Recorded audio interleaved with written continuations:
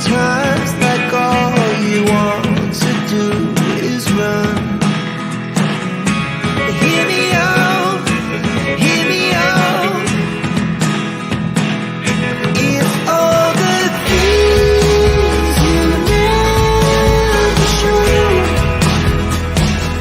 There are the things I want to know. Secrets die in your heart to slow. But if you don't want to tell me now, I guess I'll never know. Losing almost all my energy. It's getting hard to talk to you, and I'm the only one who speaks. It's all the things you never show. There are the things I want to know. Secrets die in your heart to slow. But if you don't want to tell me now, I guess I'll never know. Okay, hey you guys. Oh, I'm coming in. I came in through somebody's speaker for a second. Sorry about that. Whoever heard that in their ears. Anyways, thank you guys for joining another live today. And this time we have Charmaine with us, and we have Travis with us as well.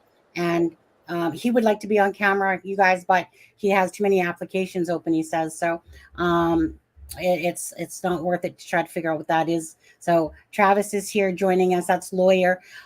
Travis is, of course, actually, Travis, go ahead and tell everyone who you are again, just so that, you know, you can do that yourself, I suppose, eh? Oh, thanks.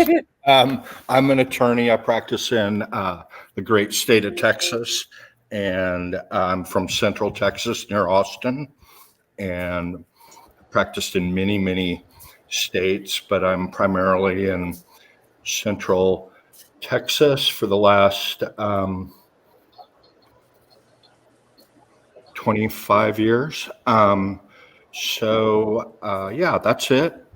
Try and answer some questions about the legal stuff on the Delphi case here and there, and anything that may have popped up in people's minds today. That's pretty much me. Awesome. And Charmaine, how long have you been practicing law? Yeah, about how long? About 2 weeks. Oh, That's good enough in our books. Congratulations. Thank you. Wow, I didn't know that. Well, it's all because of you, Travis. Thank you. I was going to say. That's where the knowledge is coming from here, you know, and of course watching, you know, other like Defense Diaries and Prosecutors podcast. I'm sure you guys are all too are getting some fill of some more knowledge when it comes to the law and the how it works a bit with all the documentation that's been going on. Nope. And you're almost a lawyer, correct, Adam Aspen? I am almost a lawyer as of I've not started law school.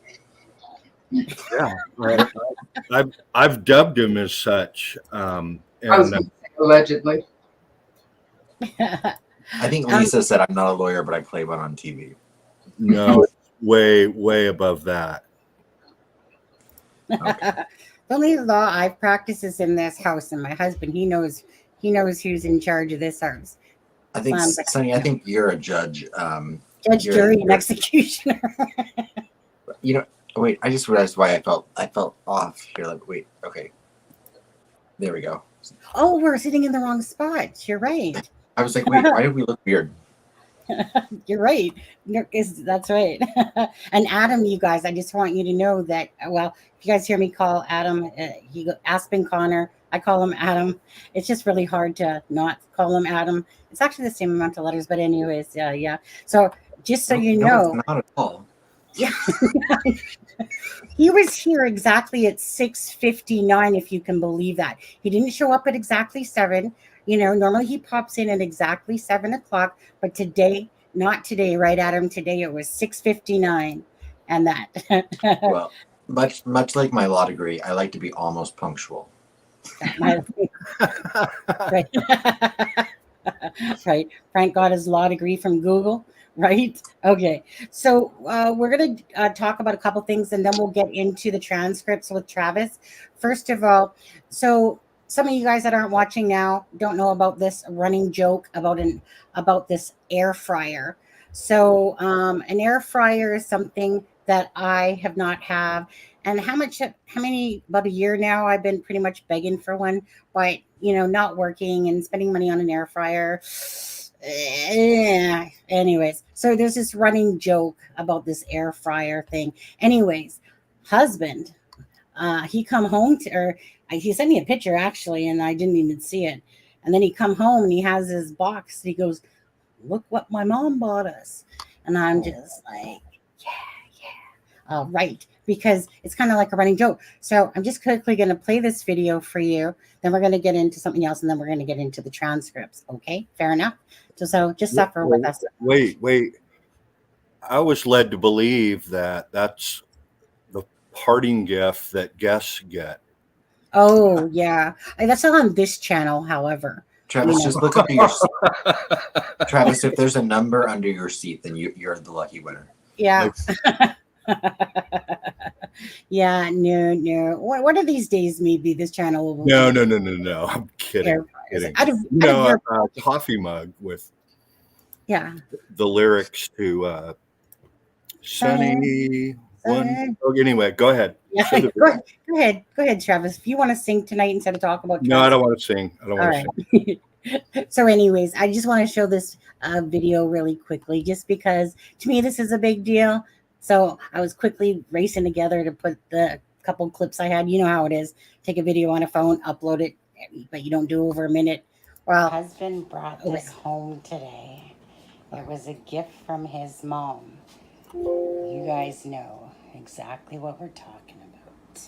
Oh, he executed beach.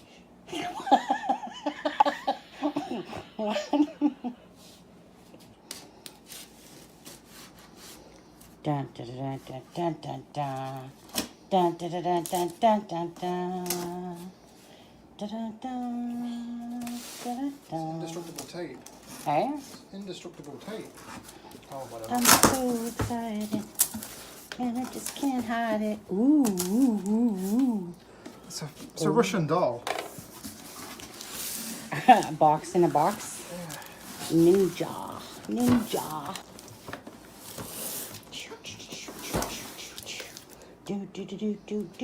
Do.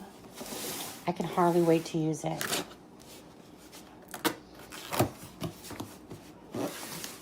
You need to I figure will. out what to cook. There you go, start reading. No. Okay. Cool. Just instructions and me don't go well together. Oh, it's taped. I'm gonna say there's no way it's that tough. What you doing, Montana? Hey, Snoopy, you got a box over there. Look it, you got boxes over there. Go play in those. What's this for? Hi, Bambi. A filler. Bambi. Hello. Oh, so stop that from falling out of this. Well, the trays are pretty big. Yeah. Well, I mean, it's good enough for us. Hey? Huh? Says good enough for us. Mustang. Jesus. Oh, it's taped. I'm gonna say there's no way it's that tough. What you doing, Montana? Hey, Snoopy, you got a box over there. That's good enough. That's good enough for that. We'll stop So I have 2 quick comments, if I may. Sure, you may. Okay, so it sounds as though your husband is from the borders, but we can talk about that later. But anyway, I'm a little concerned about how ably you use that knife to Oh, the husband. split those long slits only go so deep as to not injure anything the layer before. I think you may have just made yourself suspect number one in like 20 unsolved murders. On there. I know. It's just like, okay, husband, I need to do a video. I need to show them I got my air fryer. But yeah, those are pretty hairy arms. You're absolutely correct. You know, one of these days I'm going to shave them. All right, for now. Anyways, yeah. So husband's mom bought that. She's from England, and so she actually buys things now from Amazon. And because she's from England, for people that know, I don't know how much that air fryer costs, but pretty much their money is double over there. So like 100 Canadian is almost like getting like 180 bucks in like paying. How is that? Basically 180 bucks would be Canadian, 100 UK money in a sense. So it's one of those things you're just like, you know, United States, you guys, it's like United States is bigger than Canadian, obviously, but the UK money, imagine when I've sent money there. Oh, different story. That's like losing 3/4 of that money. But anyways, I just want to appreciate Mama Bear in England for giving us that gift. So now tomorrow, yay, air fryer. Yay. About time. I mean, I'm sure most of you guys already have one in your home, and it might mean nothing to you, but this means a lot to me, okay? I've been dying to use an air fryer. Yeah. Okay. Have you tried it out yet? No, I told husband while I was on the live, make some French fries with it and bring it to me on the live so I can see it. But he was like, yeah, that's not happening. And I'm like, okay. he went back to gaming. But anyways, so I wanted to share that with the people because most people in this chat know that that's kind of been a running joke since like last year, right, Mark? If you ever see this video. Okay, so thank you. Moving on to the second thing that I want to talk about. Hold on, let me just get this out of the way here. So the second thing I want to talk about is about Tom Webster. As you guys know, Tom Webster is a really good friend of ours. We love Tom. And even though he's probably going to turn a shade of like red if he sees this. But so I want to say that Charmaine came up with this idea, which to me, it was a great idea. So at the end of the day, bottom line is, you guys know that I'm trying to raise money so that my husband can have one kind of free month of no car payment. Our car payments are $440 every 2 weeks. So I'm trying to give him that for Christmas. So when people have donated so graciously, thank you very much. Now, Tom, in his live publicly, has said that he will be losing his job on December 1st. Now, again, Charmaine came up with this excellent idea. So whenever someone does donate tonight, so the gist of it is let me go back a step. Tom has been on our channel before, but Tom never commits to a live. Okay, we've been trying to get him to commit to a live, but Tom just doesn't like to do lives. So it's a very rare thing. So in saying that, whenever someone, say, does donate tonight, and this is kind of like a campaign for Tom to come on the live, and then perhaps when he does, we can do like some sort of donation night for Tom, which I'm sure he's probably going, God, don't talk about me right now. You know how Tom is. Never. Tom, hold on. So when someone does donate tonight, I just want you to know, besides it going on to the Christmas tree for Christmas on an ornament or whatever, that this music will play right here. So it's basically our call out campaign to Tom to come on the live. So whenever someone does donate, this goes off. Tommy, can you hear me? Can I help to cheer you? Ooh, Tommy. Okay. Super chat. Okay, hold on. $2. Thank you. That's just a test super chat. Super chat. So just so you know, So basically, actually, Charmaine, you probably can explain a little bit better than I can. But I want to thank Charmaine for thinking of this idea because, you know, go ahead, Charmaine, actually.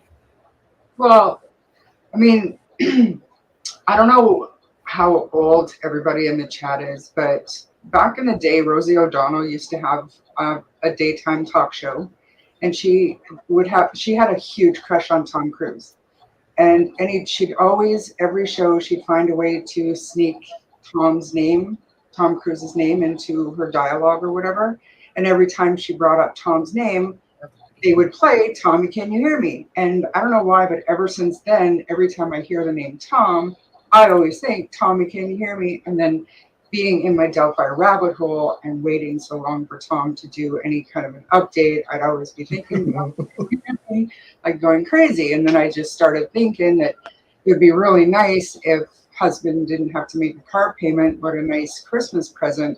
So kind of, I don't know, blend those two ideas, kind of a campaign to raise money to help Sunny reach her goal, and then also to maybe possibly entice Tom to make him feel it's a crime and shame.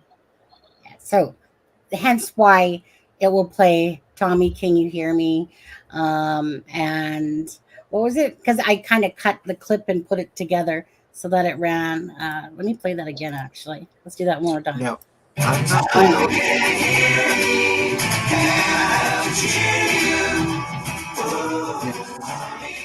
I also feel like I'll give him a little bit of a giggle, even if he doesn't agree to come on the show. Hopefully, it'll give him a little bit of a giggle when he hears about this.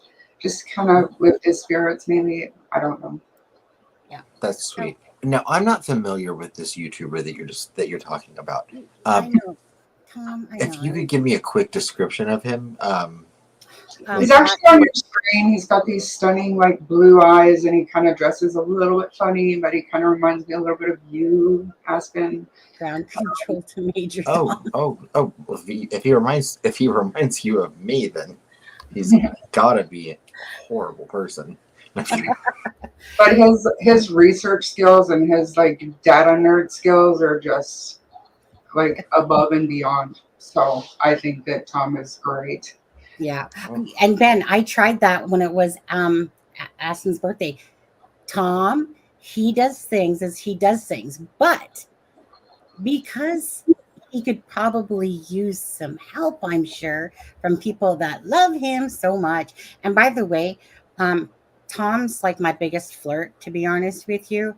I know that, Deb, Adam, everybody is kind of a little bit jealous of that relationship that we have because it's really about me and Tom, to be honest. So Tom knows that me, him, and his recliner, my husband, he doesn't care whatsoever.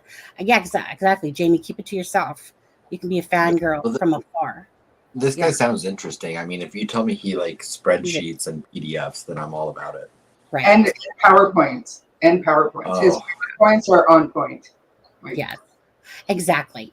So basically, like we said, when it comes to a donation, that song will go off. And then when Tom comes in our lives, which he does. So each time it will just keep playing until he goes, Sunny, fine, I'll do it. I'm going to grow the channel. I'm going to be a hobo soon. And yeah, and so we're all fully in support of Tom. Even if he's blushing right now and feels embarrassed, don't care. When you're a friend, you're a friend. And I thank Charmaine for thinking of this because I thought it was a perfect thing. And Tom's just a really good guy. And he does amazing work. And yeah, he's kind of funny too, I suppose, eh? Yeah, kind of. He is. And Charmaine's I'm gonna just laugh at part of your membership right now.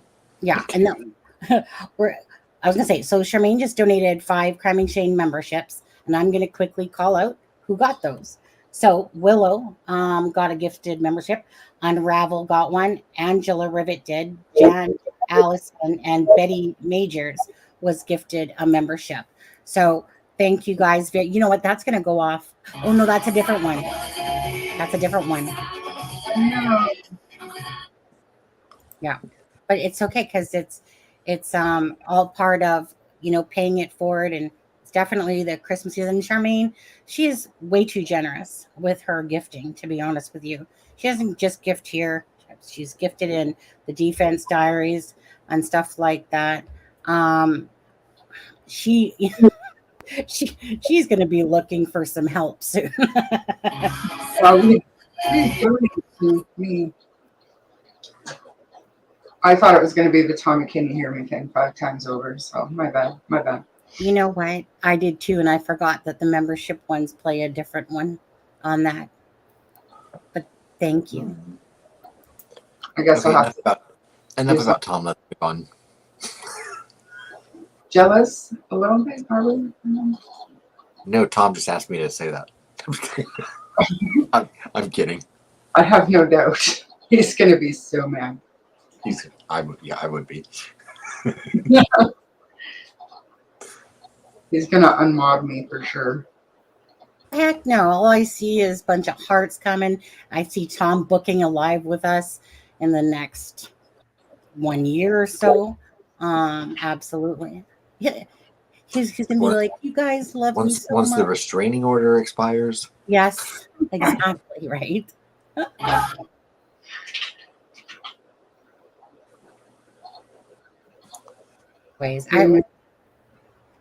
Charmaine, like I said, thank you for thinking about because I didn't know that Tom was losing his job until Charmaine had told me that he had talked about it in the public live. I didn't want to talk about it if he hadn't, but since he had, I was like, sweet, perfect. Well, my biggest hope that is that it's going to give Tom more time to do more YouTube videos, do more YouTube lives, which absolutely probably sounds terrifying to him, but he just needs to start off here. You know that. You know that. Tom, we'll be on our best behavior, I swear. We'll be on our best behavior. Yeah. Fishing in what way, Mustang? Because probably yes. Charmaine, are you fishing? I'm not sure fishing for what. But Are you fishing for a man? no, I'm really not. I'm really not. I'm always money, but wrong pond. So thank you guys again, and thank you, Charmaine, and thank you to all the people. Please give Charmaine a thank you for all those people that are in the chat that got one of those memberships. Paying it forward is always a beautiful thing. Love that stuff, and we want to kind of pay it forward to Tom. But well, Tom, get your butt on here, buddy. And then again, then we can have perhaps like a donation when Tom comes on the live, right? And help Tom out. Yay! And I do that thing. I do that. I always giggle a little every time. You always what? I always giggle every time you announce who got the memberships because sometimes it's a little funny to me. It's a little funny. That's what okay, that's what you're talking about. Okay, so now we will move on to Travis and of course, transcripts that came out today. And Travis, I'm going to assume that you read them. It wasn't like that long, really, but did you read it all? Yes. Okay. So you know that we did a live earlier. Well, you didn't know, but I had sent you the things, the documents, and then apparently you didn't get them the first time, even though it showed as sent. But regardless, I sent them to you again. And like I said, we did a live earlier when the transcripts came out. And now just would love to hear your thoughts on it.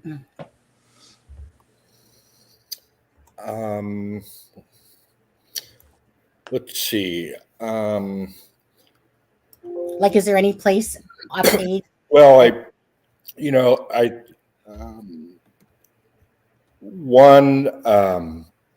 so as I was reading through it, it was clearly an official record. It was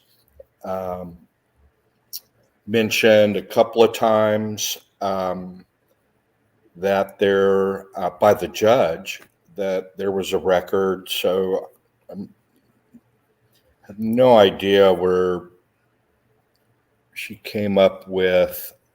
I'm assuming she told the court reporter to tell him, no, we're not going to give out this transcript because it wasn't an official proceeding. It was a confidential attorney conference. So that's one thing that kind of popped out. I think that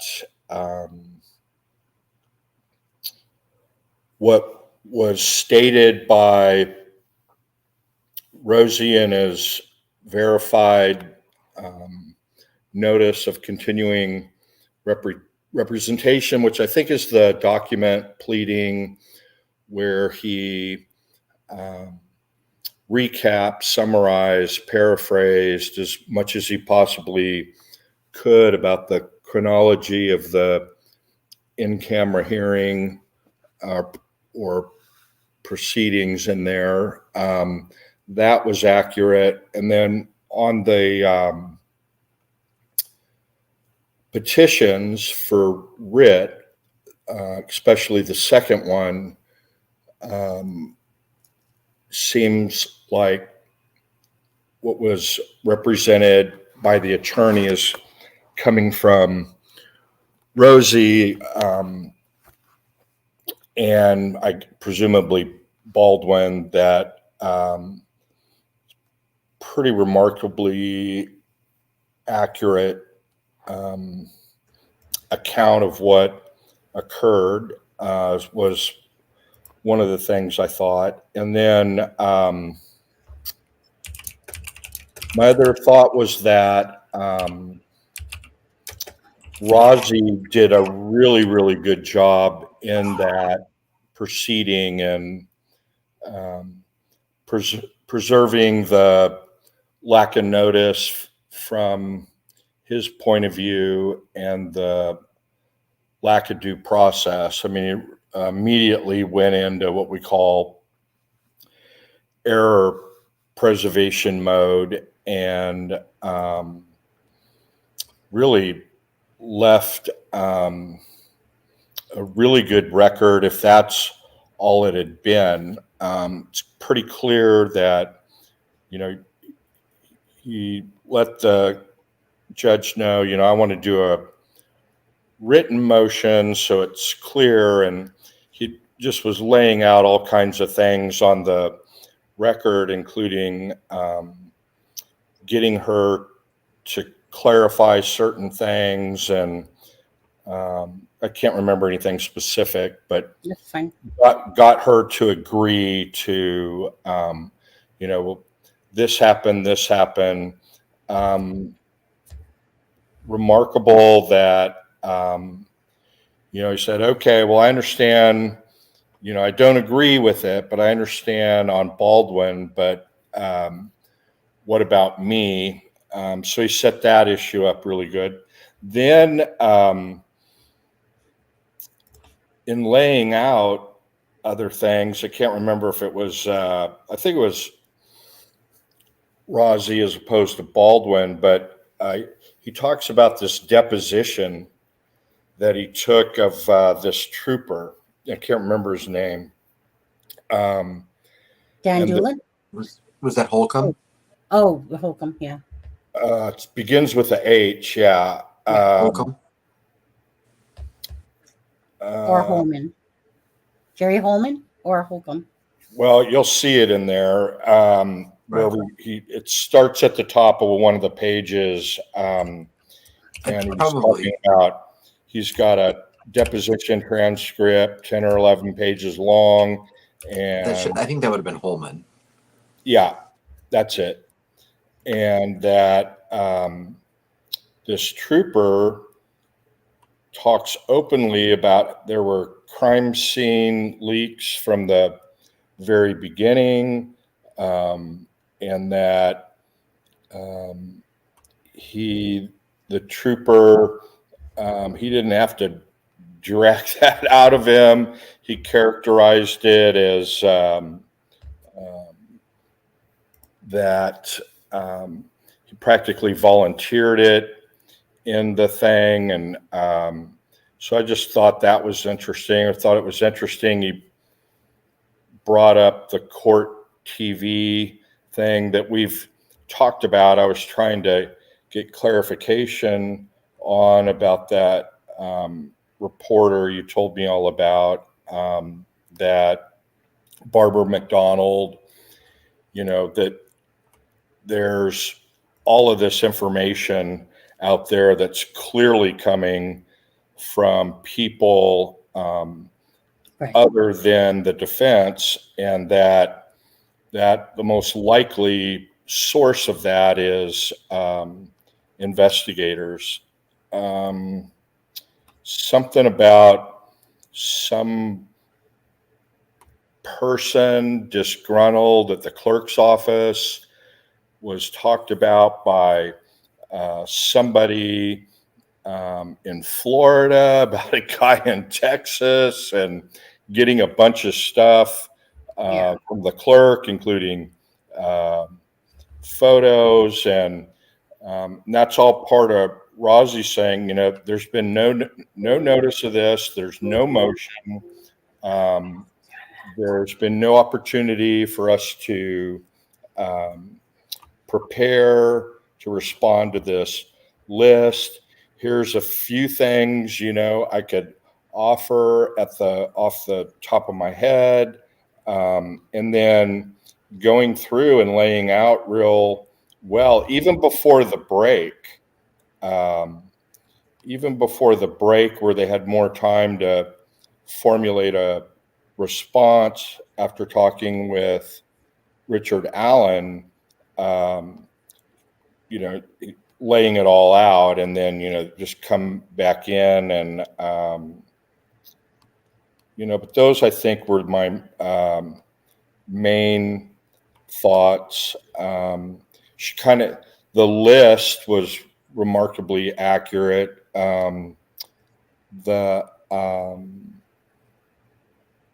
She tries to set it out as, I'm looking at all of the totality of the circumstances, but some of the things that she threw in there, like filing the notice of a civil claim and not knowing, how you could possibly do that, go from the criminal to the civil. I mean, that's done all the time. And, if you want a case in point, Kathleen Zellner made her, much of her career about representing people in criminal cases, getting them exonerated, and then turning right around and suing the county or the city for millions of dollars and collecting millions and millions of dollars on behalf of clients. So filing a notice of claim is a standard thing you have to do if you want to sue the state in most states. If you want to get around sovereign immunity, you have to give them a notice of claim. And if you don't do it by a certain time, it's waived. And so that's just kind of bizarre. I thought that,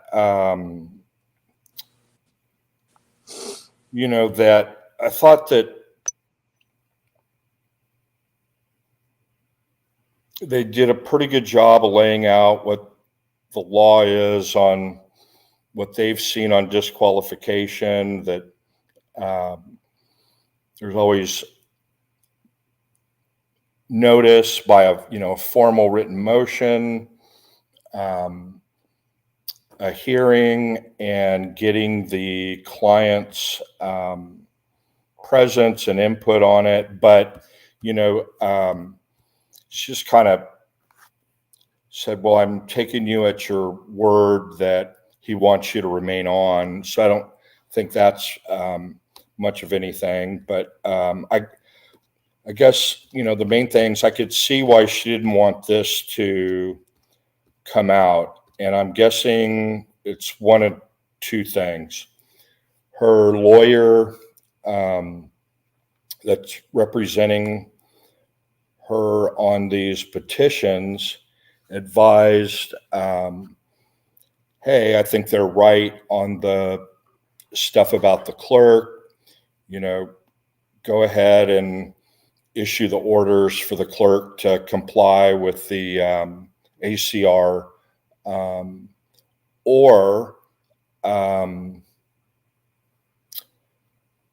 so he did that. And then I think on this, he said, look, go ahead and get it transcribed. And he looked at it and saw, it was an official record mentioned 2 or 3 times by the judge, and said, we don't want to fight over this. It's, we need to pick our battles, and this ain't one of them. Or he may have read it and said, I think this is much better for us than them. Let's go ahead and release it.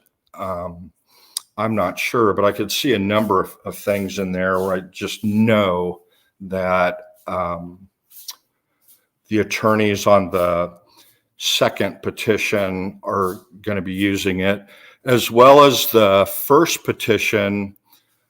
The one kind of unresolved ask in the first petition, they said, get this stuff in the CCS system, Odyssey, do this. This needs to be ordered. Well, she pretty much complied with all of that with that order she issued. And then, but there was one motion, the state's motion to seal everything, that hadn't been ruled on yet, but it was a topic of this in-camera, in-chambers discussion. And I was a little bit surprised. I think you're going to see in the response on the first petition that, she shouldn't have been saying, well, I don't have an opposition from you, or, this or that. She should have been saying, the ACR requires this, the ACR requires that. And I think they're going to be pointing out that she shouldn't have been trying to make up law, even though, as I've said before, I think her heart was in the right place on this stuff. I think she was trying to protect everybody from whenever she came into the case and it was proceeding along. I think she was trying to protect everybody, but the way she went about it, when there's this very comprehensive set of laws passed by the legislature, are actually in this case set out by the Supreme Court, that this is what gets filed automatically. This is what, you don't file. If you're unsure, you attach this sheet, and so on and so forth. So I'm not sure what the discussion in the transcript was about, that they were trying to say in the very beginning of it that they were under the assumption that if they filed it through a certain thing, it didn't get uploaded automatically. But I don't know. I think they were trying to say, look, we thought we were complying with the way you set this up with the clerk. But so overall, I think it was, what occurred in there was accurately portrayed, and from the viewpoint of Rozzy and Baldwin. And we're still going to have to wait for the response that's due on the 27th to see what her response is. And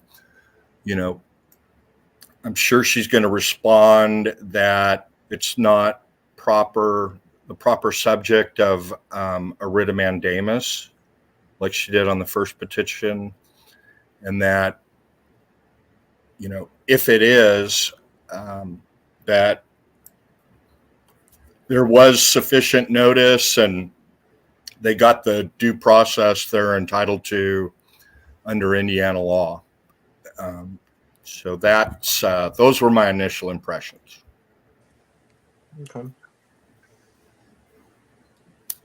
Haspen or Charmaine, anything that you want to add into that before?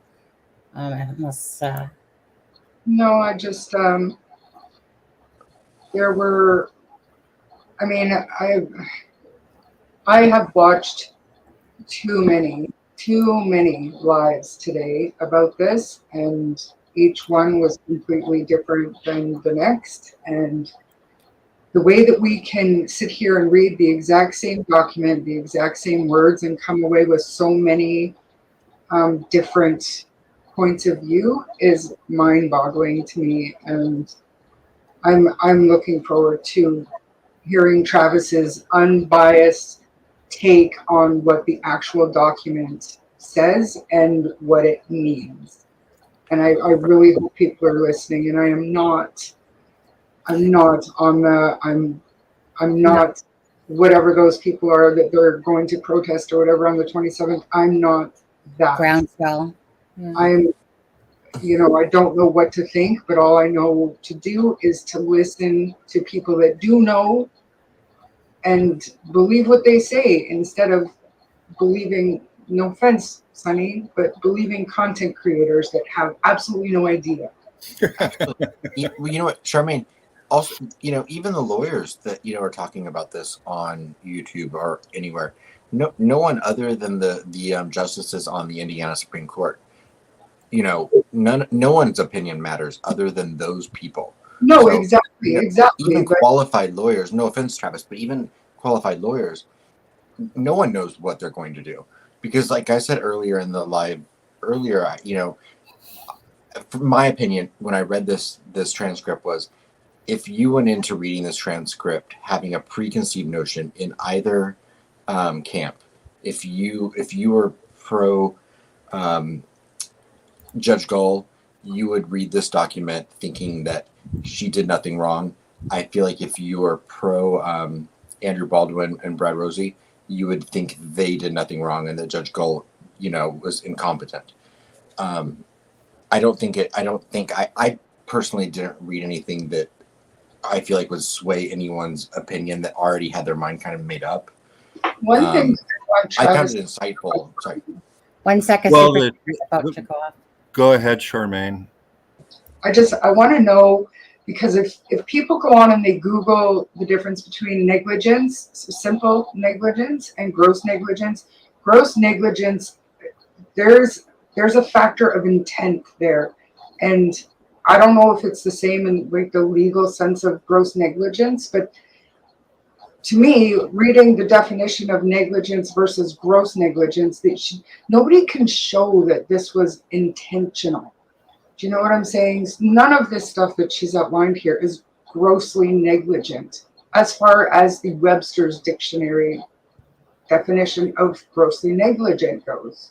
Like, is that fair, or is it different in the legal world? Gross negligence, there's no,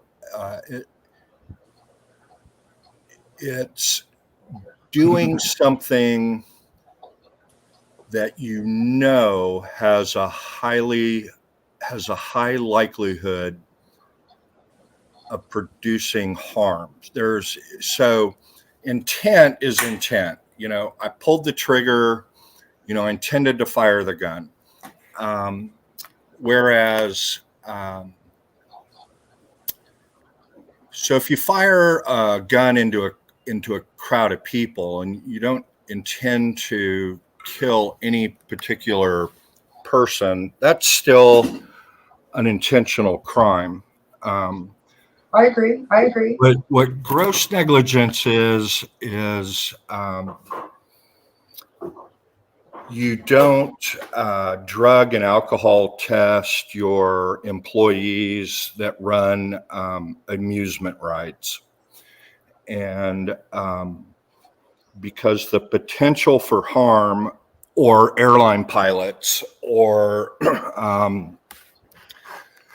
that's grossly negligent not to have a random drug and alcohol testing program for people that operate things that if they're not at 100%, the outcome can be catastrophic. That's so you don't intend for pilots to fly intoxicated, but by not testing for it, you've created this environment that it's highly likely. So, no, you're right. She uses the terms incompetent and grossly negligent kind of interchangeably in this transcript. But in that example with the amusement park and the drug and alcohol testing, then using that same kind of framework, I guess people could argue that leaving those crime scene photos in an unlocked conference room could be considered grossly negligent. I don't agree with that myself, but I'm not aware. I don't know. Do you know what I mean? Well, let's just assume that it is. It doesn't. She doesn't really explain herself why. She clearly had already come to the conclusion without any opportunity whatsoever for them to respond to those things when clearly they have evidence under oath of leaks before, which calls into question, why wasn't this stuff addressed back then? The thing with the photos in the conference room, Rosie was, Johnny on the spot on his feet. And he goes, okay, well, I really don't want to be in this position where I'm abandoning my co-counsel on this. But look, the person who's important here is not us. It's Richard Allen. The only possible way this thing could get to trial when it's set for in January is if I stay on. Otherwise, we're looking at bumping this thing out at least a year. So, is there any way that, that's even in the realm of possibility? And she said no. So she'd already made up her mind. So, this, no matter what happens on appeal, this transcript is going to be a pretty good basis to go forward with a motion to disqualify her, even if it's with remaining lawyers. She's making, she's prejudging the situation. It's not going to look real good for her. But the thing is that it's so difficult to get mandamus to begin with, and ultimately she gave these lawyers the choice. Yeah, but that doesn't matter. You got to give them notice and an opportunity to be heard. You can't. Okay, well, can't haul somebody in and say, okay, I won't talk. Okay, you're charged with murder. You can either plead right now guilty, or and take what I give you, or you're going to go to trial, and I'll never agree to a plea deal under the death penalty. And it's not due process. You've got to give notice and an opportunity to be heard. And yeah, they said, okay, but he set up the record on that pretty well. He said, okay, so we got two choices here. We can, we, none of this will be in the public. Um, and, and, all of these witnesses that the states brought in that were not prepared to even, address, because we had no notice that they were hauling witnesses there. That's a whole other can of worms. To me, it means she's talking to the state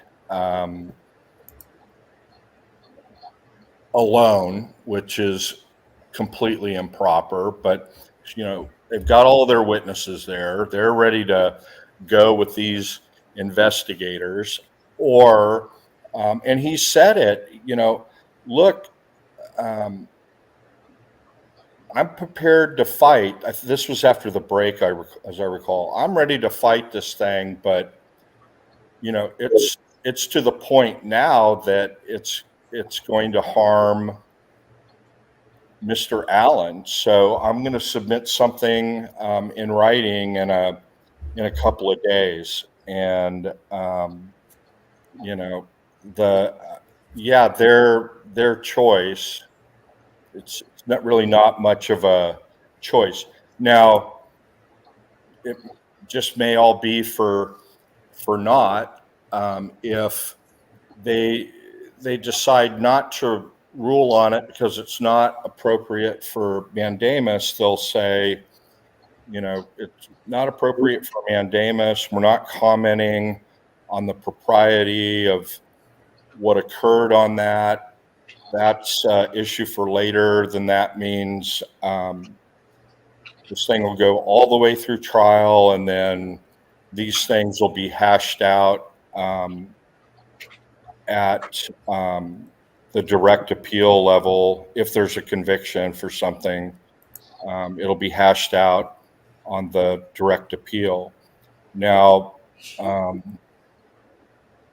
so they may want to try and give some guidance.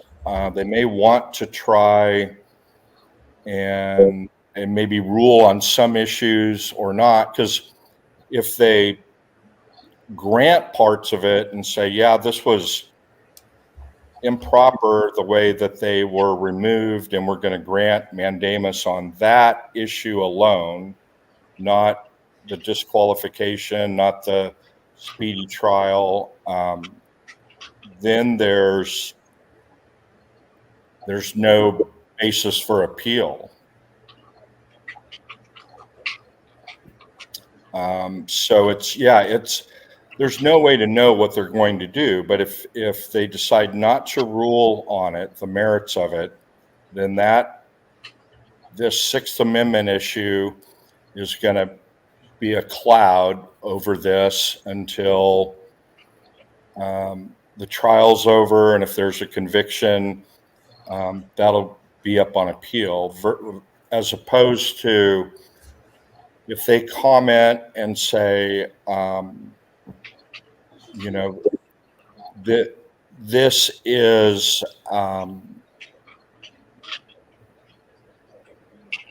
we're part of this is improper, and it's not subject for mandamus, but the court may want to revisit and relook at this aspect and offer notice in a hearing. I mean, then there's no grounds for appeal.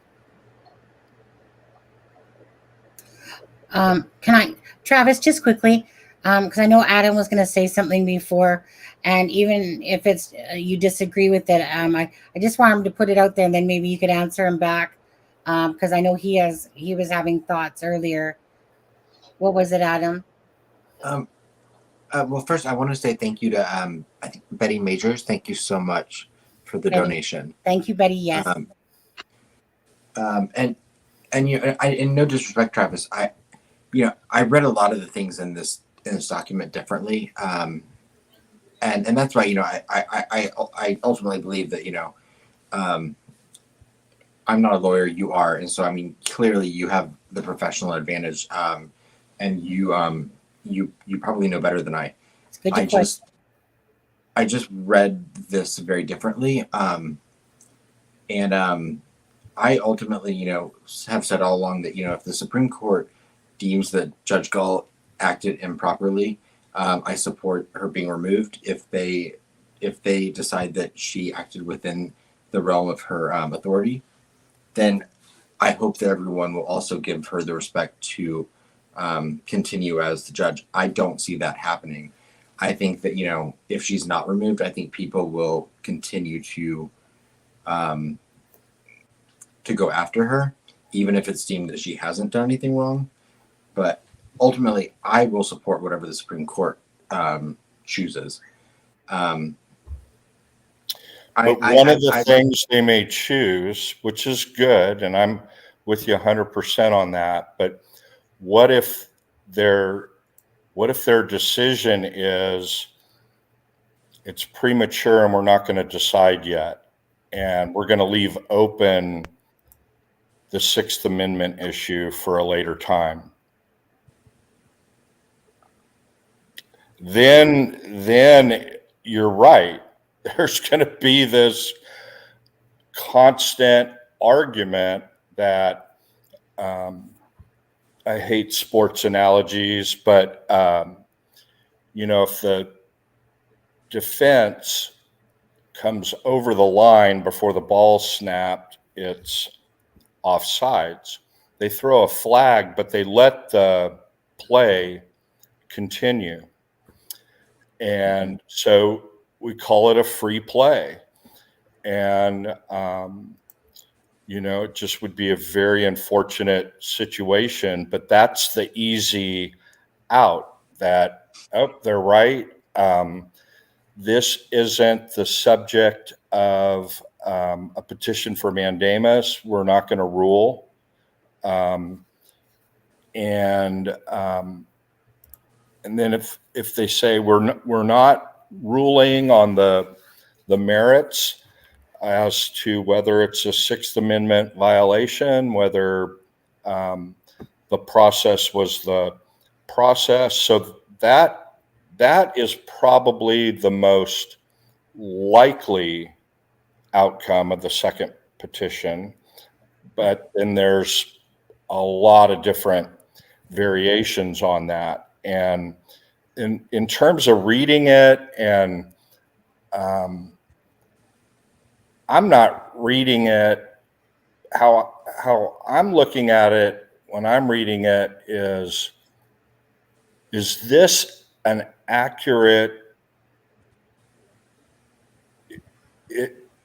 does this support the descriptions that were put in the notice of continuing representation, and more specifically the second petition, as to what occurred in the hearing?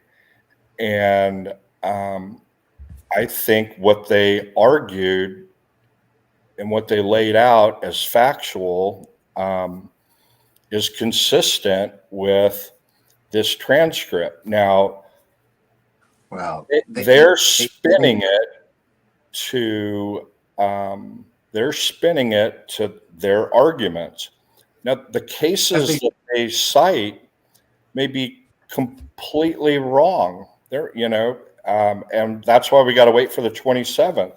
Right. There may be cases there that say, nope, judge has wide latitude. They don't have to give a hearing. They don't have to do this. They don't have to do that. And they may rule on that. But I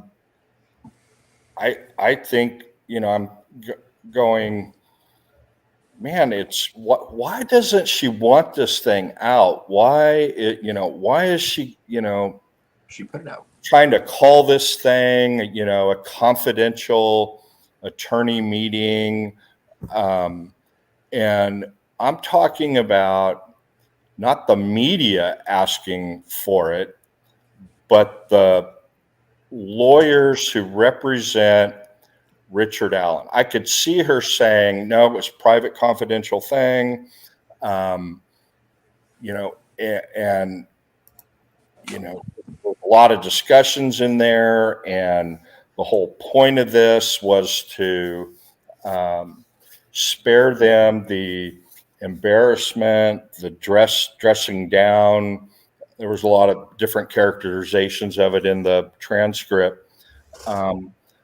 But after the cat was out of the bag and Richard Allen's attorneys are asking for it, and there's, you know, that's set forth as well in the motion for the transcript, was told it's a confidential attorney meeting, when she knows that they need this transcript to lay out as factually as possible for the Supreme Court's got to make this decision what happened in that room. And, you know, the optics with her are not good. You know, they're just not good. And I think she's trying to do a good job, and I think she's trying to be fair. And but you know, Well, Travis, when you have a sec, because there's people that are asking questions to you as well. let's go through them. Sure. But Adam, did you want to ask something in there quickly?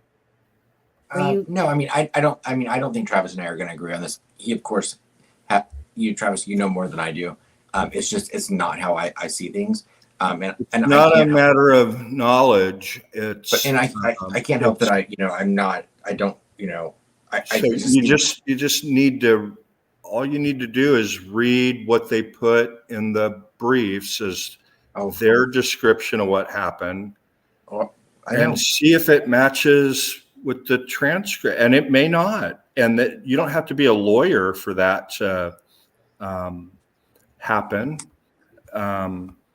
That gets into what the cases say. You need to be a lawyer on that, and you need to know precisely what notice is and what opportunity to be heard means. You know, you got to know the case law on that and stuff. But again, I'm looking at it. Did they give an accurate description, especially in the petition for the writ, of what occurred? And I think they did. Yeah. They left out some key pieces of, you know, of things that she said that, you know, were a little bit more objective than they painted. Yeah, and whose fault is that? 100% Judge Gull coming up with this stuff, private attorney meetings, and I mean, well, no, I'm talking about when they wrote the writ. Yeah, well, that they left out stuff. You know, they said we did our best. We tried to get a transcript to give the court an accurate. So, I mean, her lawyer said, you know, get this thing prepared, and you're going to have to give this up. You know, what's your basis? And well, you know, we kind of considered it a private attorney meeting, and well, who recorded it? The court reporter.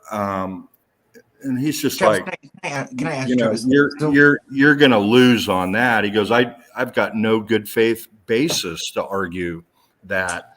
Get it transcribed, and we'll get it up there. And yeah, so they're in a great position, and they can't argue now in their response on the 27th that, oh, they've misrepresented what happened, or they left out a few things. You know, that's going to come right back at them that, well, you know, we explained we wanted the transcript so we could be 100% accurate, but, you know, she threw up this roadblock.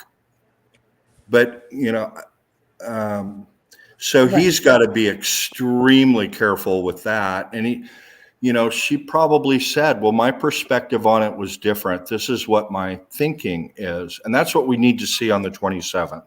Right. And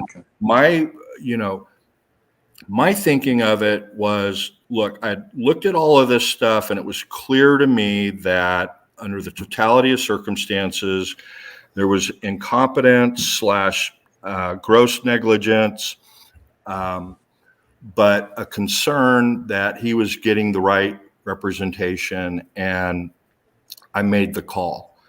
And then he said, okay, well, what do you base that on? Well, I remember saying this and I remember saying that. And then it's like, well, I got to have the transcript. I got to have that to be able to argue that. And I don't know if you all remember, but I made the comment that unless the transcript gets released, and I said it's going to be released because that attorney's going to get in there and say, do you disagree with anything? And well, yeah, I do. I think there's other things I said in there to give it a full picture. And he's like, I can't go in there and make those arguments. And then at the same time, try and say this stuff shouldn't have been released. But whether their description was accurate or not, you don't have to be a lawyer on that. Anybody can go in and look, and now they're going to be able to compare the two. And just, wouldn't it have been nice if she just released it on the internet?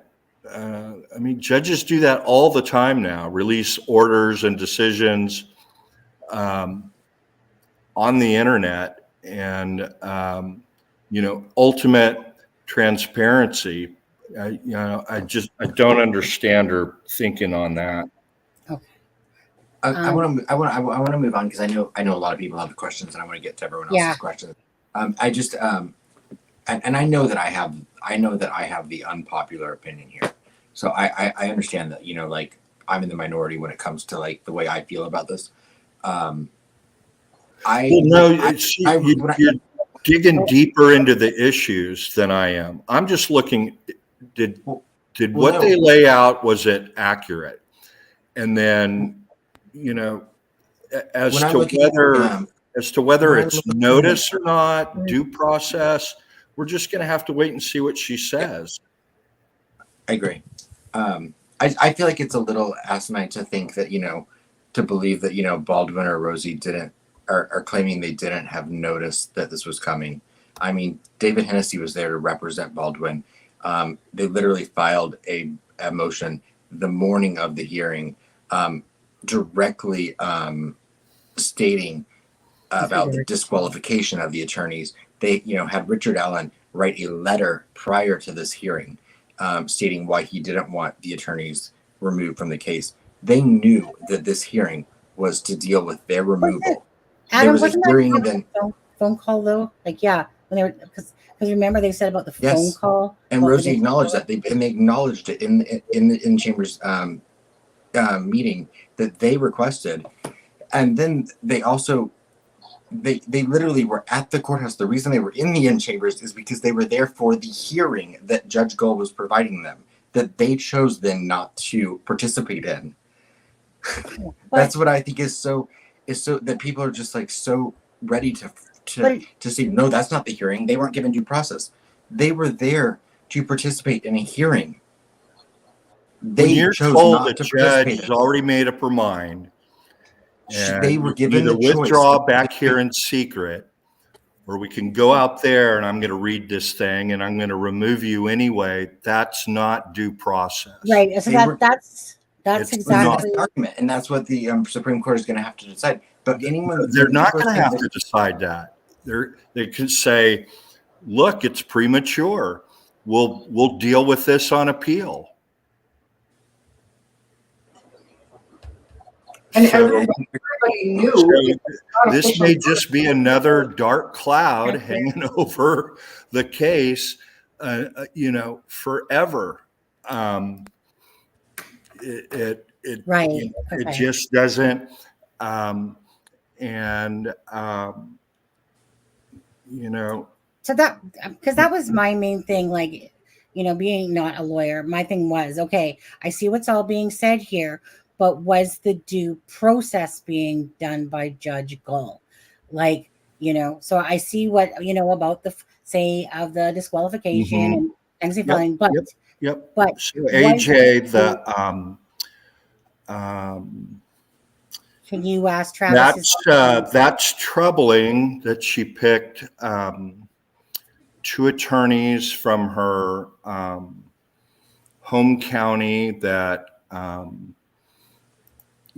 under her jurisdiction. They're not as independent as if what the Indiana State Defense Counsel filed an amicus brief. This is a really good question. So there's an organization of defense lawyers that form this council, and then they assist public defender offices around the state with training and a bunch of other resources. They filed a brief, and they laid out for the first time what the normal process would be if there's not sufficient public defenders in that county. You're supposed to request from the Indiana State Defender's Office that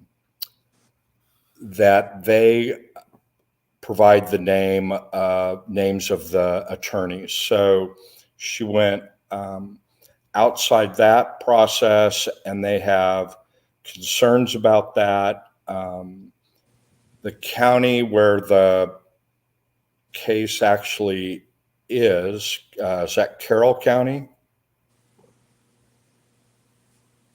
Both counties, the county where the judge is and the county where the crime occurred, are both members of the system, and they have comprehensive defense plans. And she didn't follow the plan on how to replace attorneys. So I think that's problematic, but whether it's something that the court is going to determine, she has to do, and therefore is appropriate for mandamus relief, it's another question entirely. But Travis, can I ask you a quick question regarding that? First, I want to say thank you for answering my previous question. I respect you and I appreciate you answering that.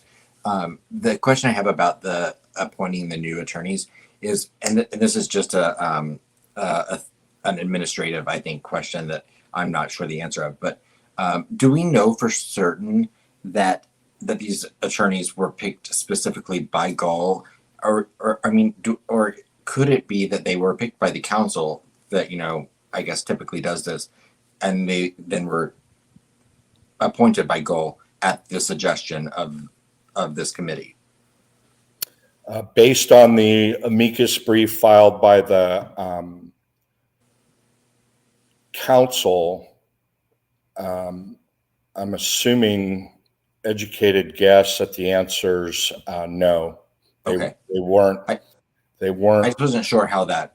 I know she said she had appointed them, but I didn't know if it was at the suggestion of the committee. So I just wasn't sure.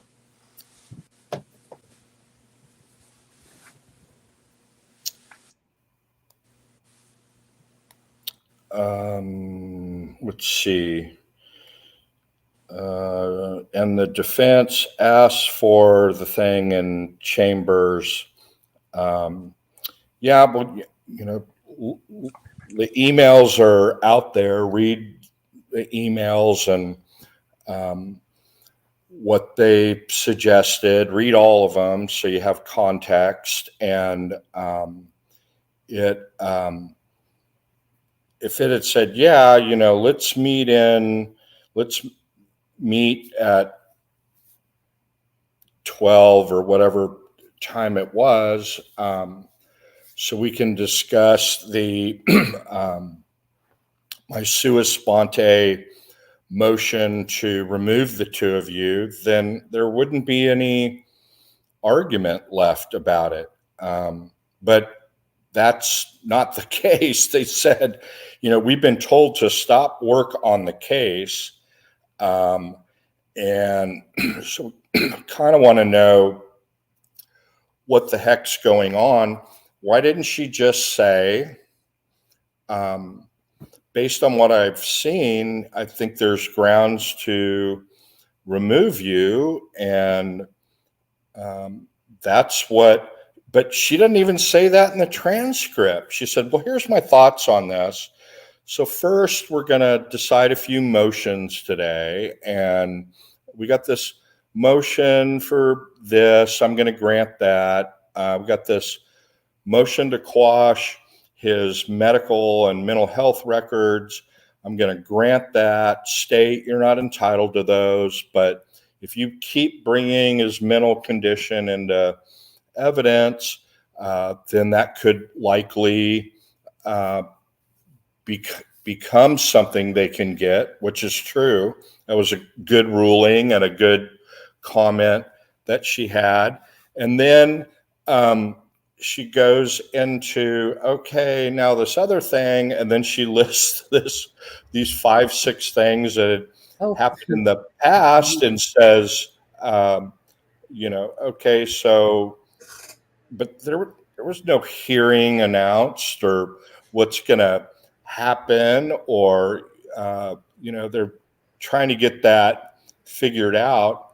And the fact that the entire world knew what was going to happen in that thing, that doesn't cut it. And they're not going to argue that in her brief, that everybody knew what was going on. That's why they attached all the emails as exhibits, to show that court ahead of time,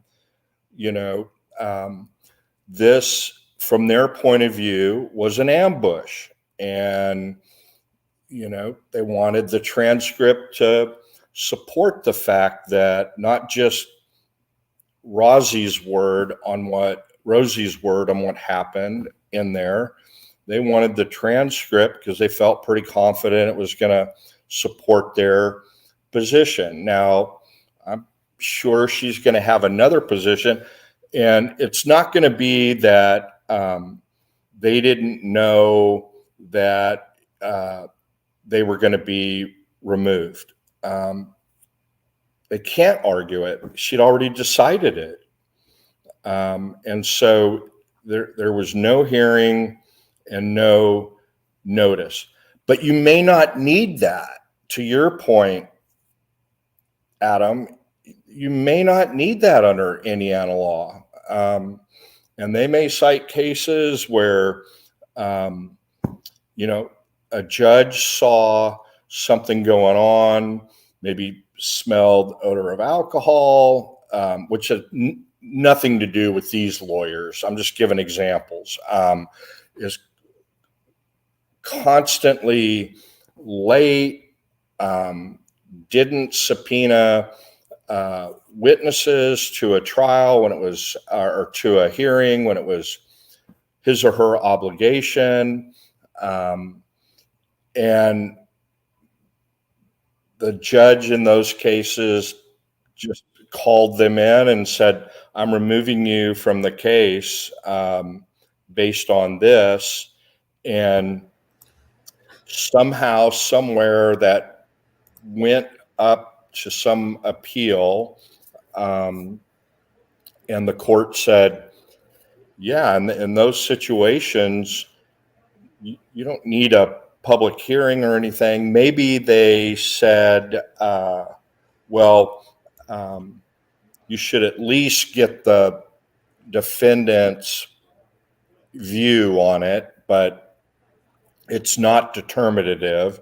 It's a factor, but not a conclusive factor. But, you know, I don't think they're going to be trying to argue that that was fair notice of removal. I think what they're going to be arguing is that thing was a courtesy, and there doesn't need to be notice. And you know, and she may have researched that. She may have done her due diligence, and she may be absolutely correct. That kind of goes to my point on this stuff. So they portray a version of events in their petition, saying there's no notice, no opportunity to be heard, coercive, and but that assumes the law and the cases they cite is accurate. None of this matters, and you're 100% correct, Adam, if the law is they weren't entitled to any notice, they weren't entitled to a hearing, therefore they're no entitlement to due process. If a judge, based on observations, can conclude under Indiana's system that they're not getting good representation, then Well, they could be removed. that's, But you know, I don't know what the law is going to end up being I on mean, that. Travis, when I specifically asked ChatGPT that's exact question, Indiana, can you, and then so exactly what you said about being, you know, misrepresentation and gross negligence and stuff like that, and it came back with yes, that a judge can do this for these reasons, but it still boils down to me, because we've seen Judge Gull now put out the transcripts. Why didn't she put them out anyway? And then, you know, she's had to put back on the record. So meaning we do see these missteps that she seems to be doing, and then now coming back to fix them. So my thing is that exact question, like we're talking about, did she do the right process? And that's what I think everyone's still unsure of, is that right? Right. We need to wait until the 27th. The Richard Allen's attorneys have laid out their version, their argument that she didn't follow the right process. She didn't give them fair notice. That didn't have due process, and that it was coercive. And now Judge Gull, through her attorneys, is going to be able to file a response on the 27th to respond to that. I'm sure they're going to be setting out different law, and we'll see if it's Indiana cases, and they're going to tend to go with precedent if they can. I think they specifically said that there were no Indiana cases directly on point. That's why they are citing cases from other jurisdictions.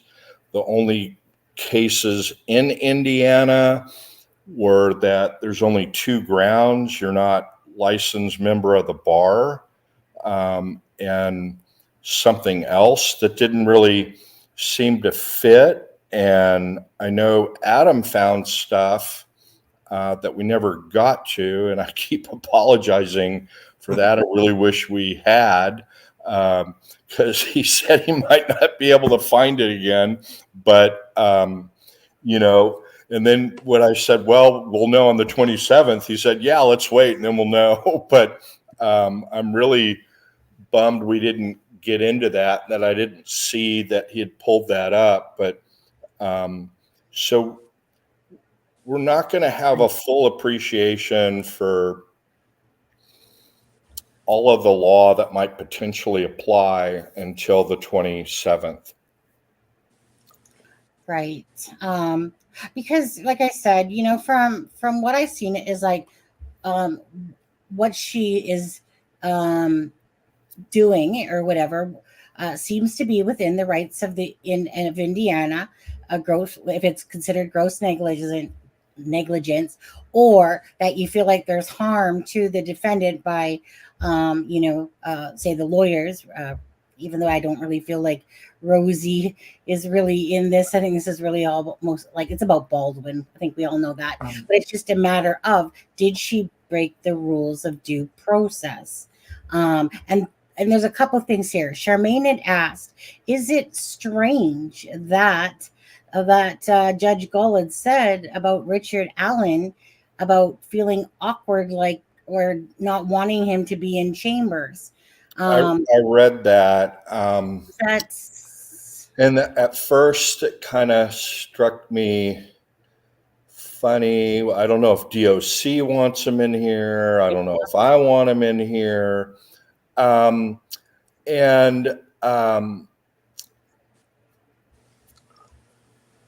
first glance, I'm like, well, that's kind of weird. And that's not the part I was talking about, that the transcript could be used as a basis for the new lawyers wanting to file a motion to disqualify her. It's not because she didn't want him in her office, just to clarify on that. But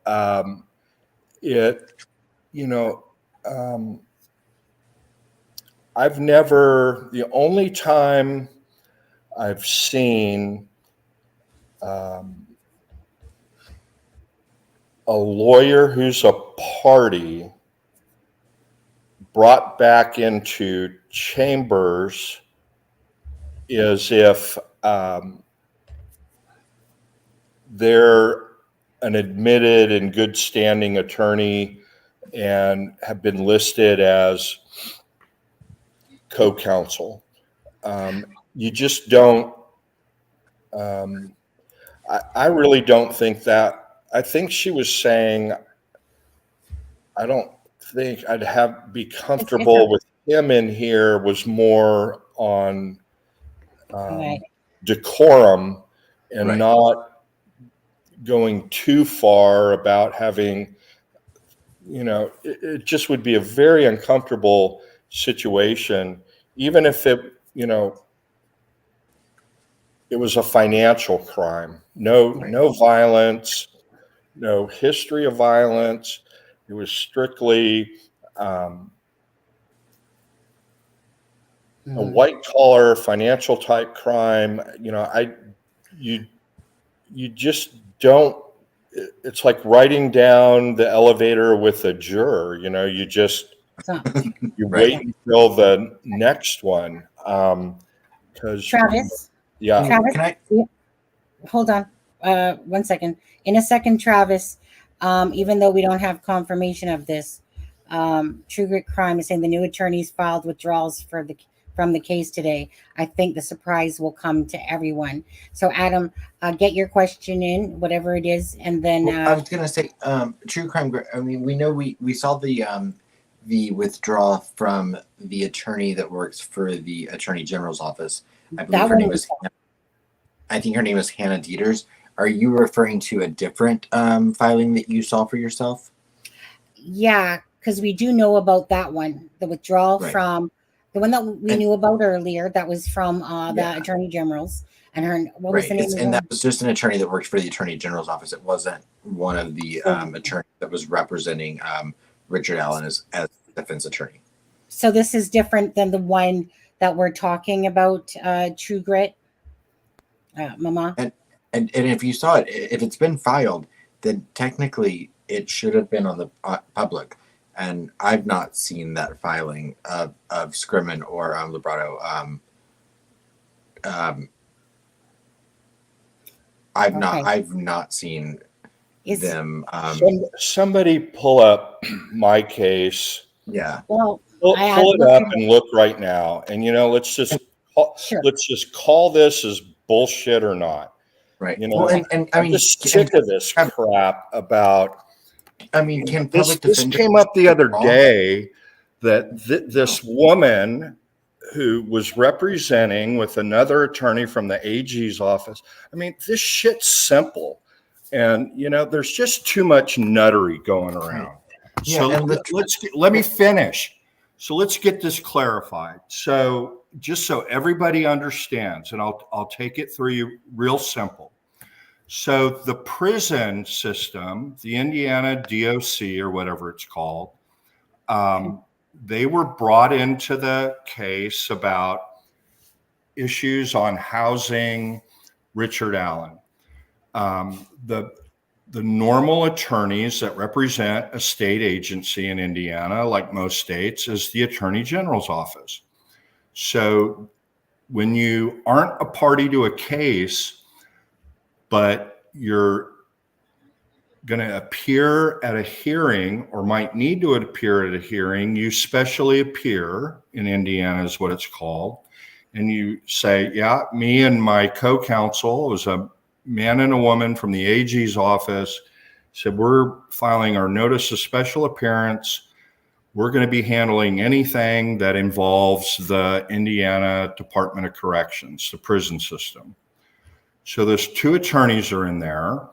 And then the one that filed a motion to withdraw 2 weeks ago.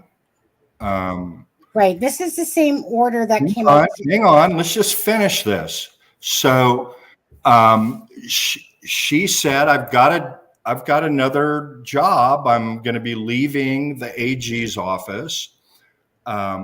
Please take me off as official counsel from this case. So after that happened, there was a big surge all over. What does this mean? Why do you think that is? What do you think made her leave the case? And for crying out loud, she got a new job. She can't be the attorney for the state of Indiana when she's got a job with a private firm. There's nothing to it. The written order, and I don't know why it takes her so long to get a written order out. The written order on that was filed today saying it's granted. She can go on, have her job. And then she said, the other attorney will remain as attorney of record for the state of Indiana on behalf of the Department of Corrections. That's it. There's nothing to it. So what do we find on my case? Did you guys have that up? What's the last filing? Just go down to today. Okay, are you going to beat me if I do it? No.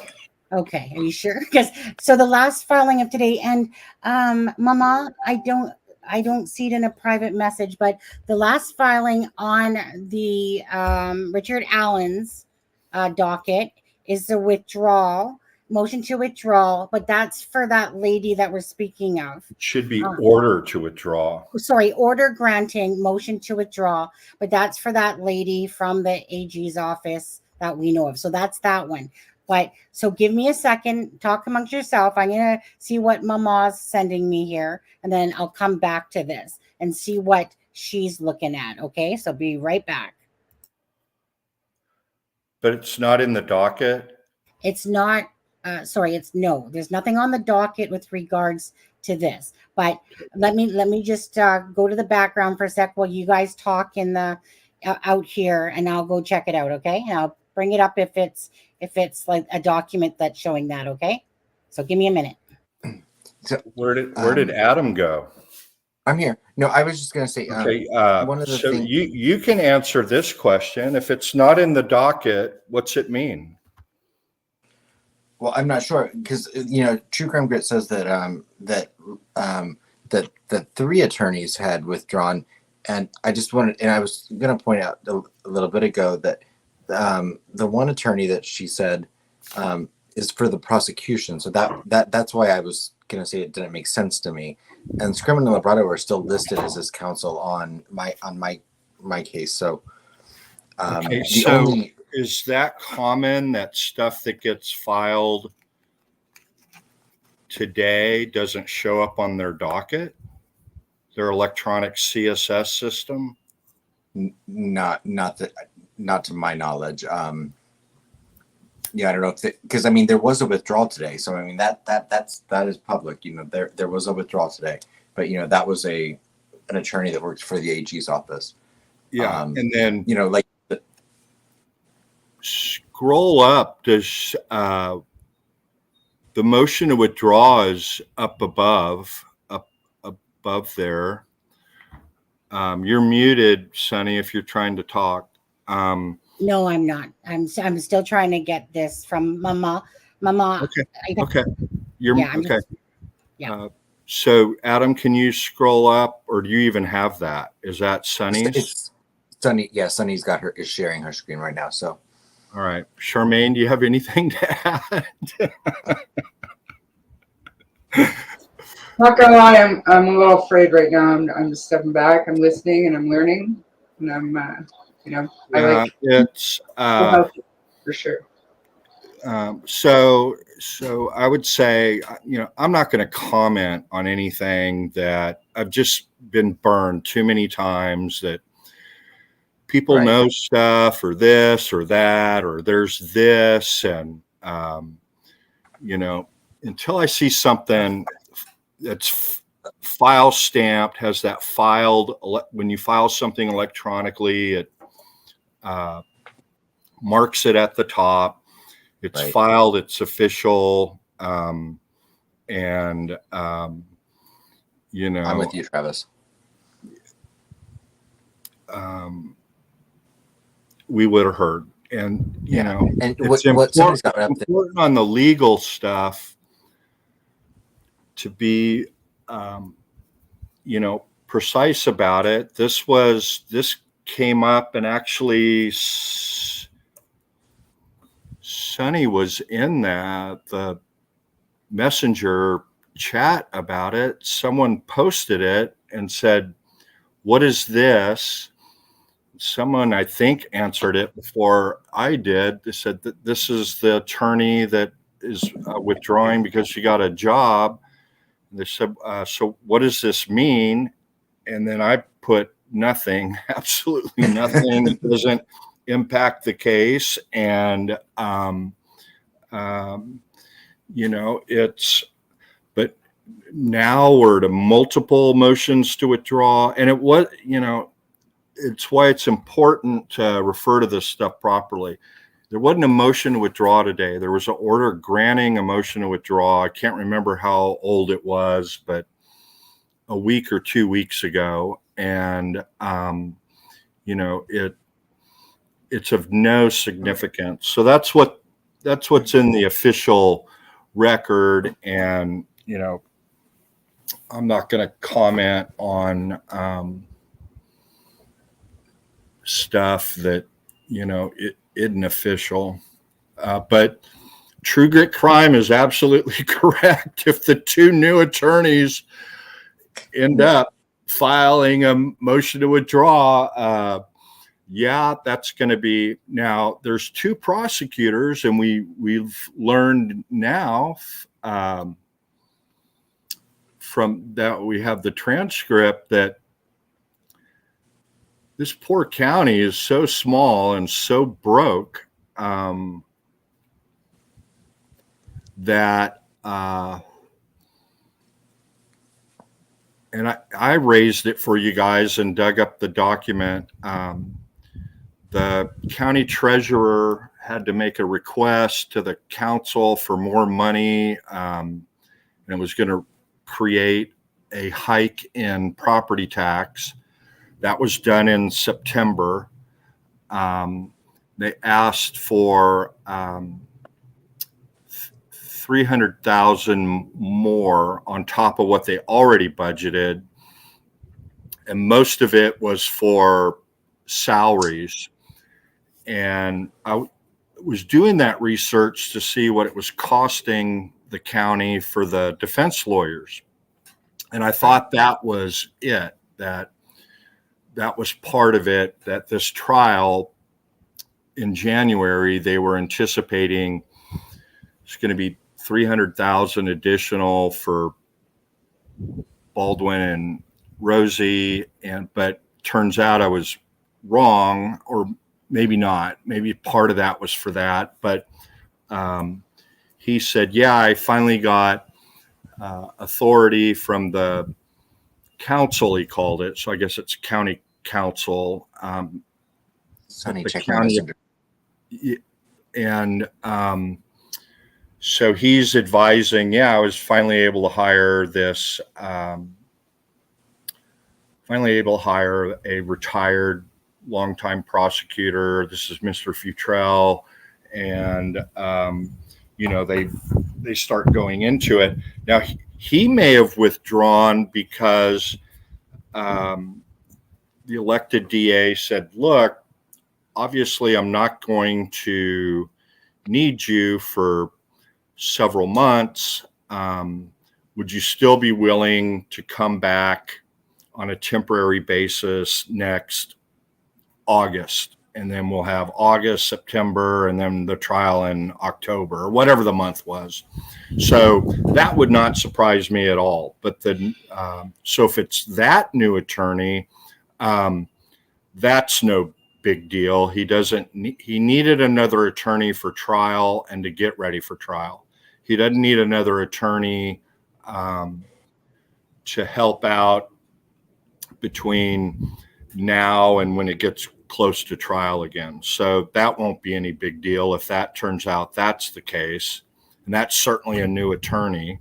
But the new defense attorneys, yeah, that'd be a hell of a bombshell if that's in fact true, and highly doubtful. I think it was a mistake. So thank you very much, Mama, for sending me the thing. So what Mama sent me was a screenshot of the Docs Pop thing, which Sonny actually had up on my case, which basically was the picture of on my case. It was the order granting the order granting motion to withdraw, and this was for the attorney that worked for the AG office. And underneath it says noticed, which you'll see this on every my case or Docs Pop thing, where any of the attorneys that are involved in this, it'll send them a notice. So I think that she was mistaken, and I think she thought because it says noticed and it has Lebrato's, Luttrell, Scrimmon's names listed.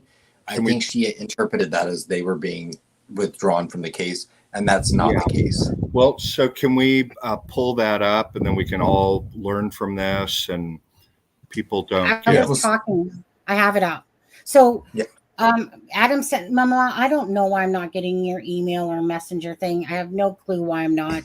I looked at it twice. Anyways, then Adam shared it with me, Mama, so thank you. But this is the exact order that it's referring to. Hannah Dieters has filed a motion to withdraw. This is the motion that we were just showing you, and that's the one that Adam just showed me that Mama sent. So, exactly. So it had the names on it underneath on my case, but it was for this lady from a couple weeks ago that was leaving this job, and Ridlin was the guy that was left. Okay. Does that make sense? Yeah. Can you scroll down to the notice part so we can explain what that means? So when Mama sees, when anybody else sees other orders. So there's the order and the judge's signature, and she's granted the order, and then go down below.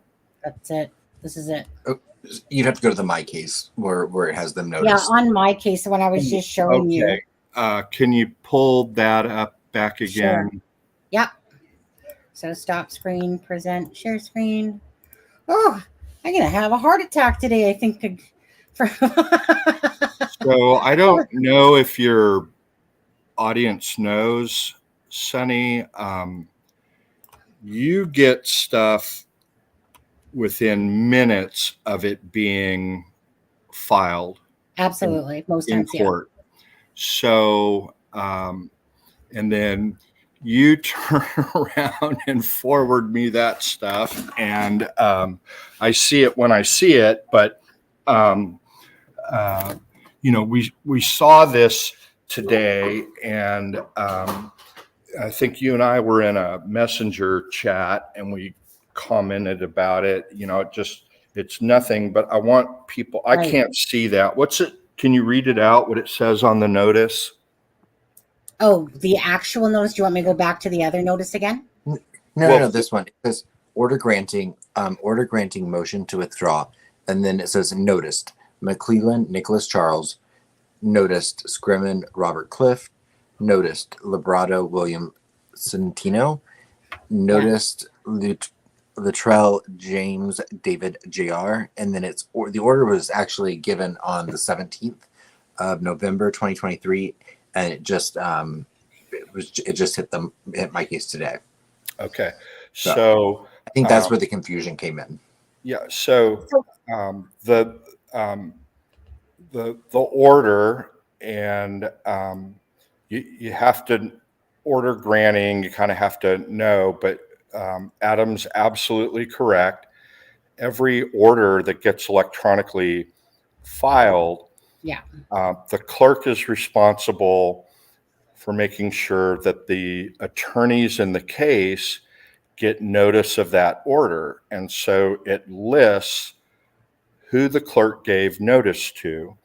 That way later on, if somebody said, oh, well, I never got notice of that, they'd go, well, the clerk says right here, she gave you notice. That's presumption that you got notice. And so, we're not going to accept that argument. You got notice. If it went to your spam, that's your problem. You got the notice that's been that's required to be given by law. So they list out, the clerk does, who they've sent notice of that order to. And so, yeah, they list all of the attorneys who are officially of record in the case. And so that would be the elected one, and then Futrell, I'm guessing, and then the two new ones. And then Adam, who was on there? The two new defense attorneys, and then was it any of the attorneys that are specially appearing, or just? There was McClelland, and then there was Luttrell, who's okay. Like, I don't know what you would call him. He's 4 of them. He's on the prosecution team. Yeah. Okay. So, I don't think, from what we've seen, the official court docket, the fact that Sonny gets notice, the same as those attorneys do. She gets electronic notice of anything that's officially filed in the case within minutes of it being filed. And the fact that what is there confirms what she received earlier, which was an order granting the AG withdrawal because she's going to another firm, and that they gave notice of that to the prosecutors and the defense attorneys. And sometimes that stuff's confusing unless you work with it all of the time. And I'm sorry I get so heated about this, but it just creates all of this turmoil and commotion over absolutely nothing. So I'm really, really glad that somebody raised the question, because there's no dumb questions. That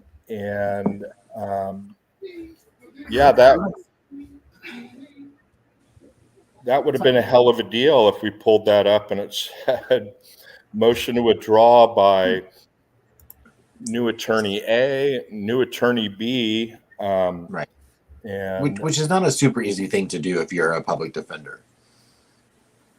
No, you'd have to be a conflict Yeah. a legal conflict, or a communication breakdown with your client is grounds. Um, um, I'm still wondering if I should be scared of you or your dog. Dog. Woof, woof. I'm still the most scared of Charmaine. I'm more scared of Charmaine than anybody. Travis Me is, too. it is. I can just picture Travis in court. Fetal position over here. You guys are nuts. She's probably sitting in the corner with it. But yeah, I get it, Travis. I mean, this show, or sorry, this case has been, just a bunch of, I don't know. It's freaking whoever writes this document or does the freaking documentary story on this case. Good luck. Hope you have a brain ache on it. Yeah. But yeah, but There's this just was like so little chance of something being officially filed that between Sonny, Adam, and Charmaine not being aware of it, the chances are none. And I just get so excited about, there's this thing out there that's got to be fake. And because you all have told me about stuff that has come out that there's got manufactured just so somebody could get more viewers or more interest. It may not have been this case, but oh, 1 sec. Sorry.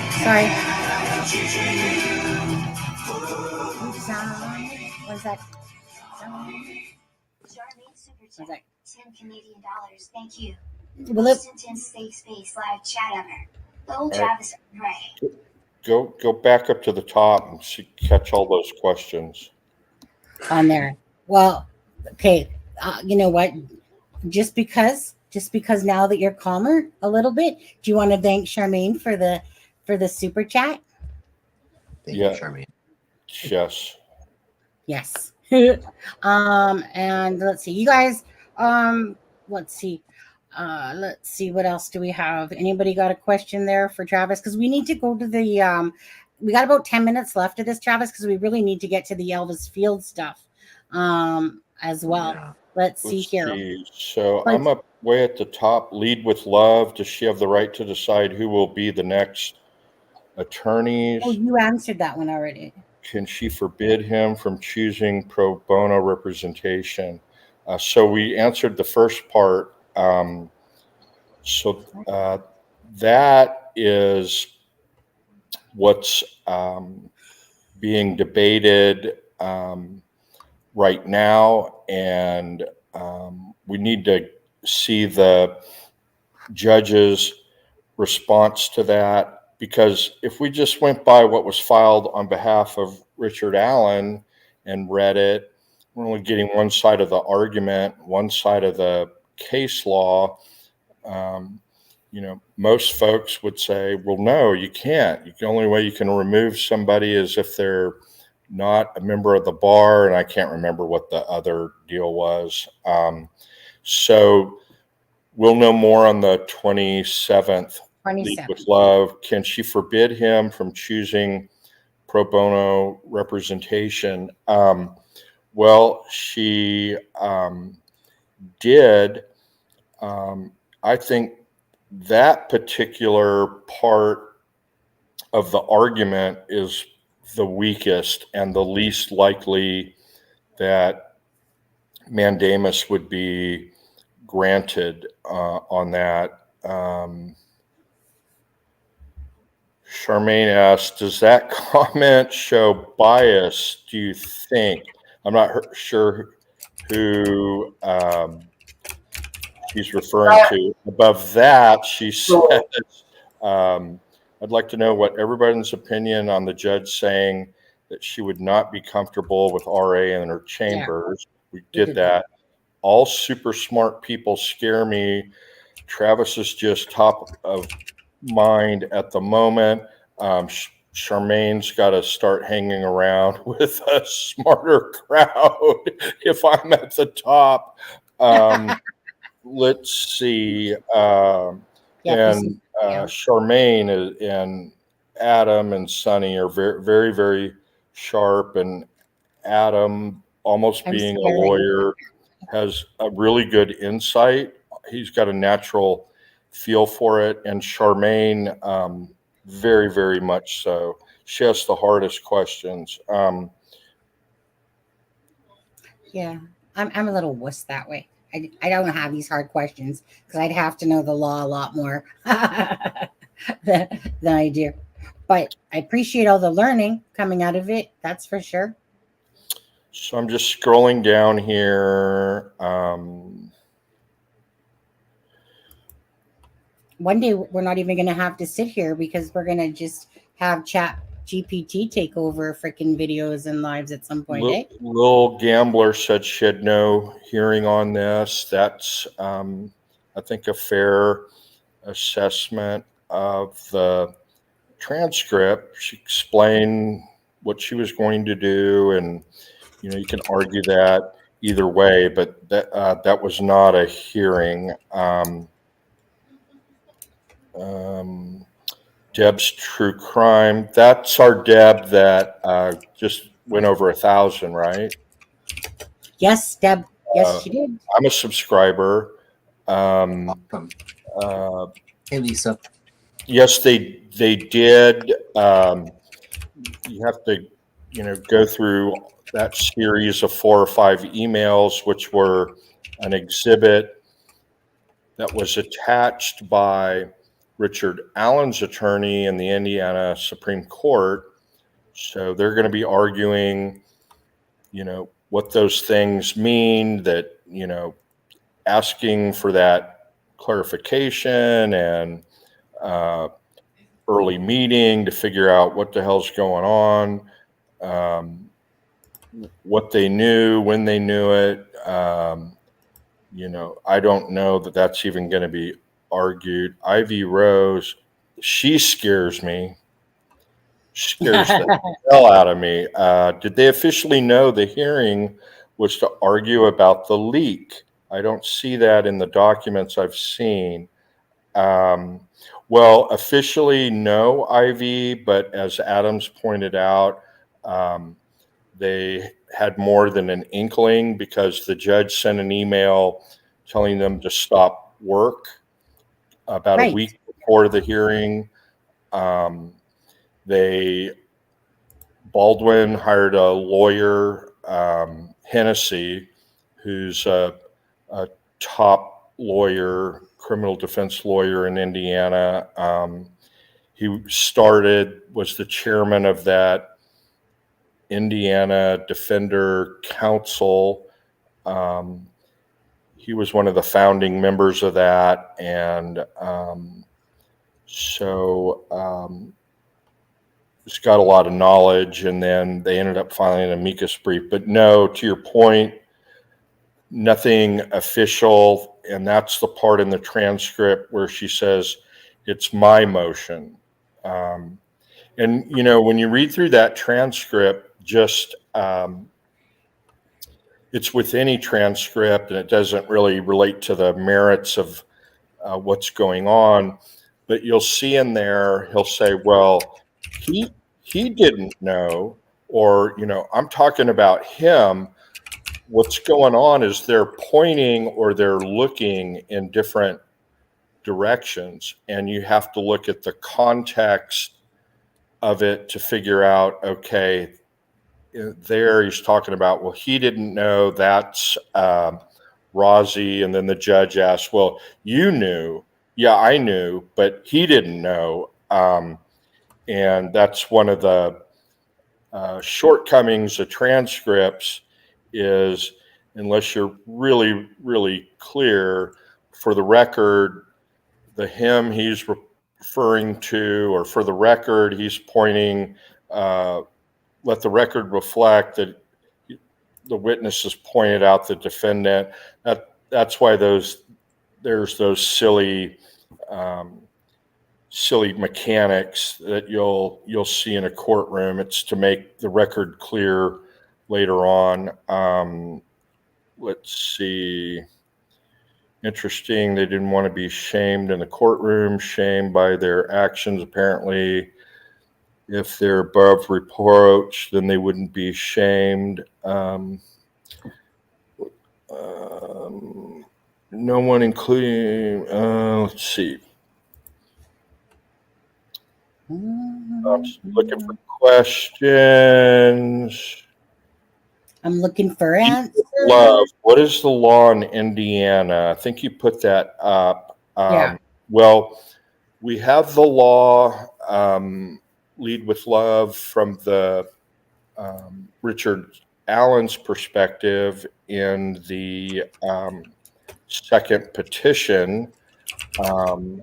We don't have the law from the judges, the court's perspective. That'll be filed on the 27th, and then we could take another look at that after we have that. Sunny, go ahead. No, I think that Charmaine, Charmaine, I know that you need to get going. So if you need to head off now, I know it's getting late for you and you've had a long day. So If I just disappear, I'll say my goodbyes right now. I'm good for now, I'm Okay. sure I'll be fine. I'll be fine. Carry on. Okay. Go ahead. Sorry about that, Travis. Let's see. True Grit. With all due respect, when it comes to negligence in a criminal matter, the waters are rocky. I don't know, rocky. So there's only a few criminal offenses that have a negligence standard. So the typical standards, if you will, for crime are intentional, reckless, or criminal negligence. And so there's only a few offenses that you can be convicted of where your Good night, CJK. actions only rise to the level of negligence, and it's criminal negligence, not ordinary negligence. One is criminally negligent homicide, reckless driving, vehicular manslaughter in some states is criminally negligent. So those states, it's defined in a statute, and that statute will have most likely been held up to scrutiny in the Indiana or the state Supreme Court will have ruled upon that it's constitutional in that state. But murder is not one that you can be convicted of for negligence. And but specifically in this case, the judge, cites 4 or 5, half dozen past events, which she said constitute gross negligence in my view. Therefore, I'm going to be removing you. You can either withdraw in here or, I can go out there and read it. Now, I don't know if she researched it ahead of time and saw case law that said, or if there's a Indiana bench book that's put out by the Indiana Judges Association that has quick references on things. And it said a judge can remove an attorney or an appointed attorney if their actions constitute incompetence or gross negligence. I have no idea, or if she just pulled that out of thin air. But in terms of criminal cases, there are some statutes in most states where the mental culpability to commit the offense is only criminal negligence versus recklessness or intent. Let's see. Then we get to the new attorneys filed withdrawals, and I think we clarified that, not as far as we can tell, as just as a easy, simple mistake to make, that a written order got filed today from the attorney from the AG's office, with notice to the new attorneys and notice to the prosecutors. And then True Grit Crime had another good comment here. I feel like this hearing will be of great importance, in my opinion. Goal broke the law. There's proper process. Feel like the hearing will be of great importance. So we're probably talking, you guys think about the hearing on the petition for writ of mandamus is what she's referring to, that the hearing will be of great importance, you think? Anyway, in all likelihood, there won't be, unfortunately, any type of oral argument associated with either of these writs. It'll be what we call submitted on the briefs. Each side will have an opportunity to brief it, with Richard Allen having the last word with a reply brief, and then the court will issue written opinions on each one. And so True Grit, I agree, it'll be very important what the court's opinion are on these matters, but there won't be a hearing in the normal sense. Man, you got such a smart group in here. Sorry, I was talking to myself there for a second. You agreed with me, right? Absolutely. Smart Smart group of people. here. No. Ivy, were you wanting me to put this up? Is that why that you send it to the messenger? Press release for Richard Allen from 2022. Was there? Lead with love in response to something I said, so small and so broke, but whoa, look, their amazing landmarks and courthouse of grandeur. I did see that courthouse, Lead with Love, and it is one of grandeur. We have a lot like that in Texas. Be interesting to see when it was built. There was a lot of federal grant money in the 20s and 30s to counties for courthouses. And then there was a huge amount of grant money during the Depression, and a lot of really beautiful government buildings like courthouses were constructed in that time frame. Unfortunately, in Texas, a lot of them, for whatever reason, get struck by lightning and burned down. I'm not kidding.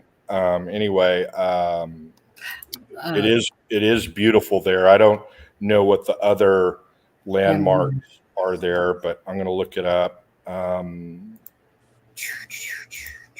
Yeah, Indiana has some gorgeous courthouses. Absolutely gorgeous courthouses.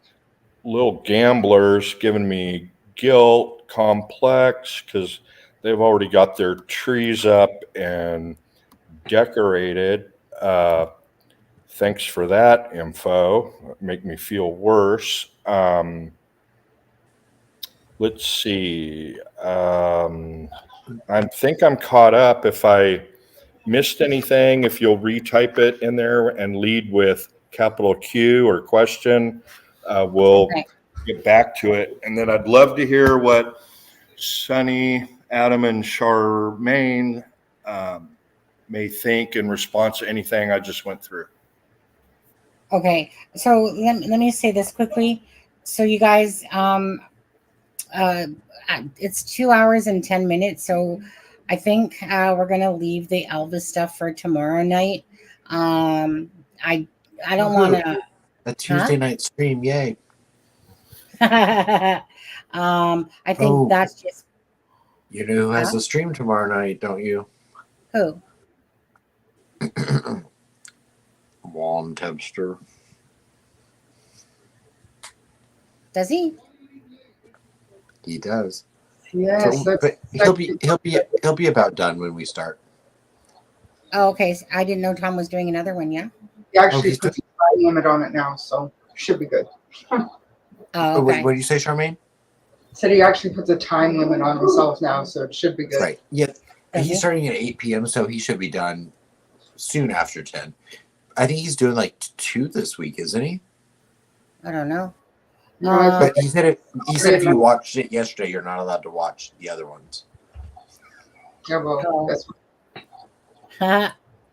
But yeah, we can do Elvis tomorrow night.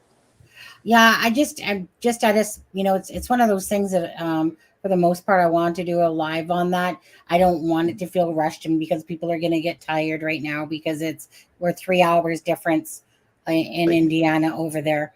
So that means it's like 12 o'clock. So so I'm going to have to make a new thumbnail for tonight's live. So because people are going to come in going, where the hell is the Elvis stuff? Didn't see Elvis on there. So okay. So if you guys have any questions for Travis, we'll go like 20 more minutes. And again, thank you guys for the people that have supported. I want to just quickly thank Charmaine Gilherd, Betty Majors, for the donations and that tonight. And again, like Charmaine said, it's definitely helps out the channel. And then she gifted gift memberships to people. Thank you so much, Charmaine. But the campaign that will play. I'm just going to do that one more time. Remember, whenever a donation comes in, it's.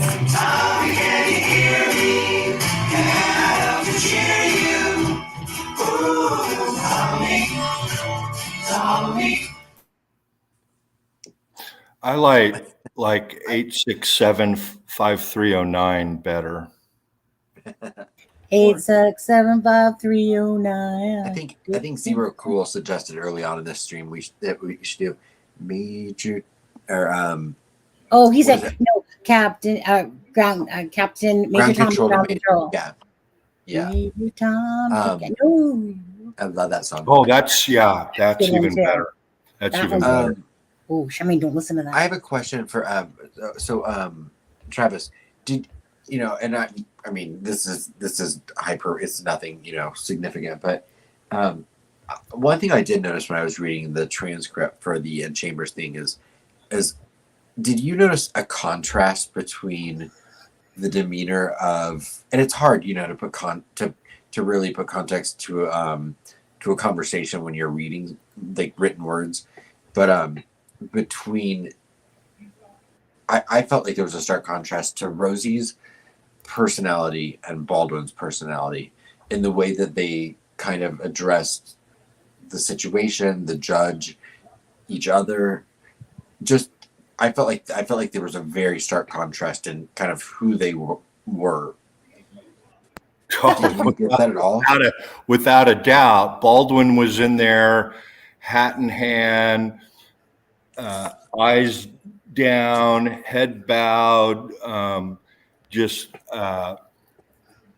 mumbling, at the beginning, and then it started to open up, and I'm just kind of going through some stuff. Let me lay out my thoughts. Wait, and it was Rosie. Rosie's like, this screams of lack of due process, Your Honor. And no, he was, I wouldn't say interface, but he's like, I want to understand what's going on here. And so we got two choices here, and he gets her nailed down on a couple of things. So wait a minute, this and that, and he, like I said, he turned into error preservation mode, preserving the record. And I think he did as fantastic a job as somebody could do to preserve a record that you possibly can. But no, they, and I don't know if you can relate it to that's what their normal, regular, everyday personalities are. I would think, clearly, Baldwin got one of the best criminal defense attorneys in the history of the state of Indiana to come in and argue his case for him ahead of time, filed it that morning. And, I think he knew without a doubt that something serious was going to fall on him. So he needed to be contrite, he needed to be humble. Whereas Rosie, the leak didn't have anything to do with him, at least on the surface, and the phone calls and the emails. So she starts listing out, these other things historically, and all of a sudden he goes into error preservation mode, and he's keeps asking, for more stuff on the record, and then gets to the point, and this is not good for her. He says, okay, well, do we need to get him to say on the record in here that he wants us? And she goes, well, that's your representation. You're you're officer of the court. You're not going to lie to me about that. In other words, I accept your representation, so no, you don't need to do it. And then he's like, well, what about, your little list? Can we make that a part of the record? And then she says, this has all been on the record. So I'm sure when her attorney, got to that point, he's like, get this prepared into a transcript and get it sent up as quickly as you can. You basically represented to that attorney that there would be a record, and you want a record for use later on at, higher court on appeal. And, you can't tell them there's a record being made and then not provide it. So, no, without a doubt, I'm reading through it, and black and white between the two of them. But, Baldwin's going in there with a completely different, he's mea culpa, and Rosie's, fighting for his ability to stay in on behalf of his client, so his client isn't subjected to being in prison for another year while new attorneys get up to speed.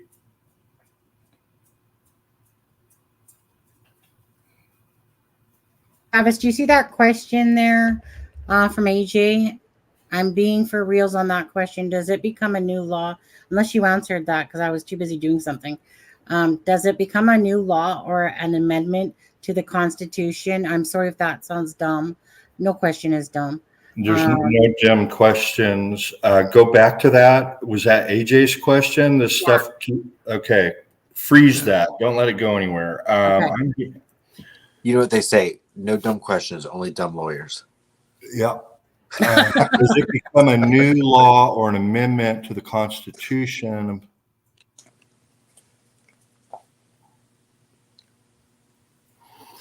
Do you know which question AJ is referring to? And being for reals on that question, does it become a new law or an amendment to the Constitution? Does what? What was above that? What's the context? Let me just scroll up and see if I see it. It's not dumb, AJ. If you could Right say, here. what is it? So it's to this question here. If the Supreme Court rules in favor of Judge Gull, how does that affect future proceedings? Okay, cool.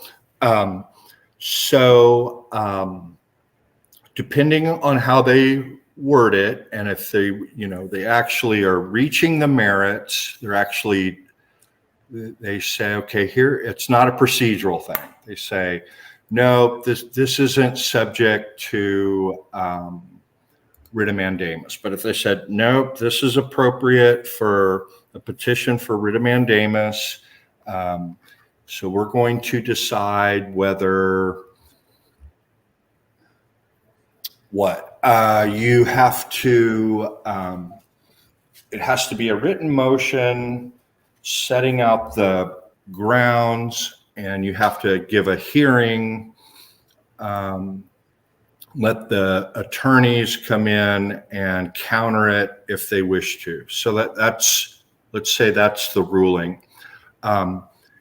It doesn't become a law in the sense of a statute, or it doesn't amend the Constitution. What it does do is give an interpretation of the Sixth Amendment, or the equivalent of the Sixth Amendment in Indiana.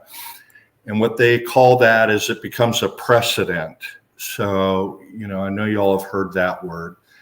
And so it would be a precedent for future cases. So lawyers looking at it, and if it was a similar situation, and judges, they would look at that and they'd say, okay, is there any law on this? Has this ever happened before? And, oh yeah, back in 2023, there was a situation and there was no written motion, and that was determined to be lack of notice. Or if they said, if they ruled, you don't need to give notice, all a judge needs to remove an appointed counsel is a finding of X. There doesn't need to be a hearing. That would become the precedent. Laws that interpret the state constitution, they don't amend the Constitution, but they become a body of law that further define it. And I hope that answered your question. That was an excellent question. So in England, the UK, there's no written constitution like we have. It's all based on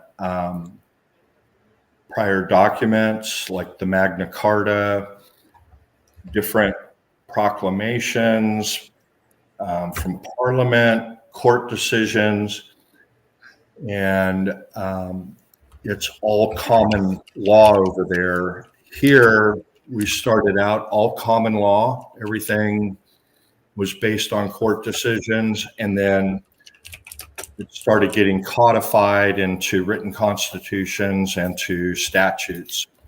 And then now we have the case law that interprets the statutes and interprets the Constitution.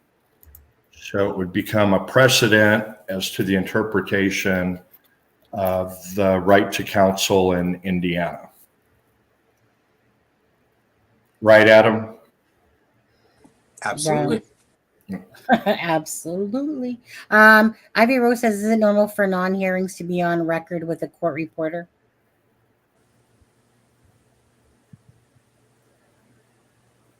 Travis?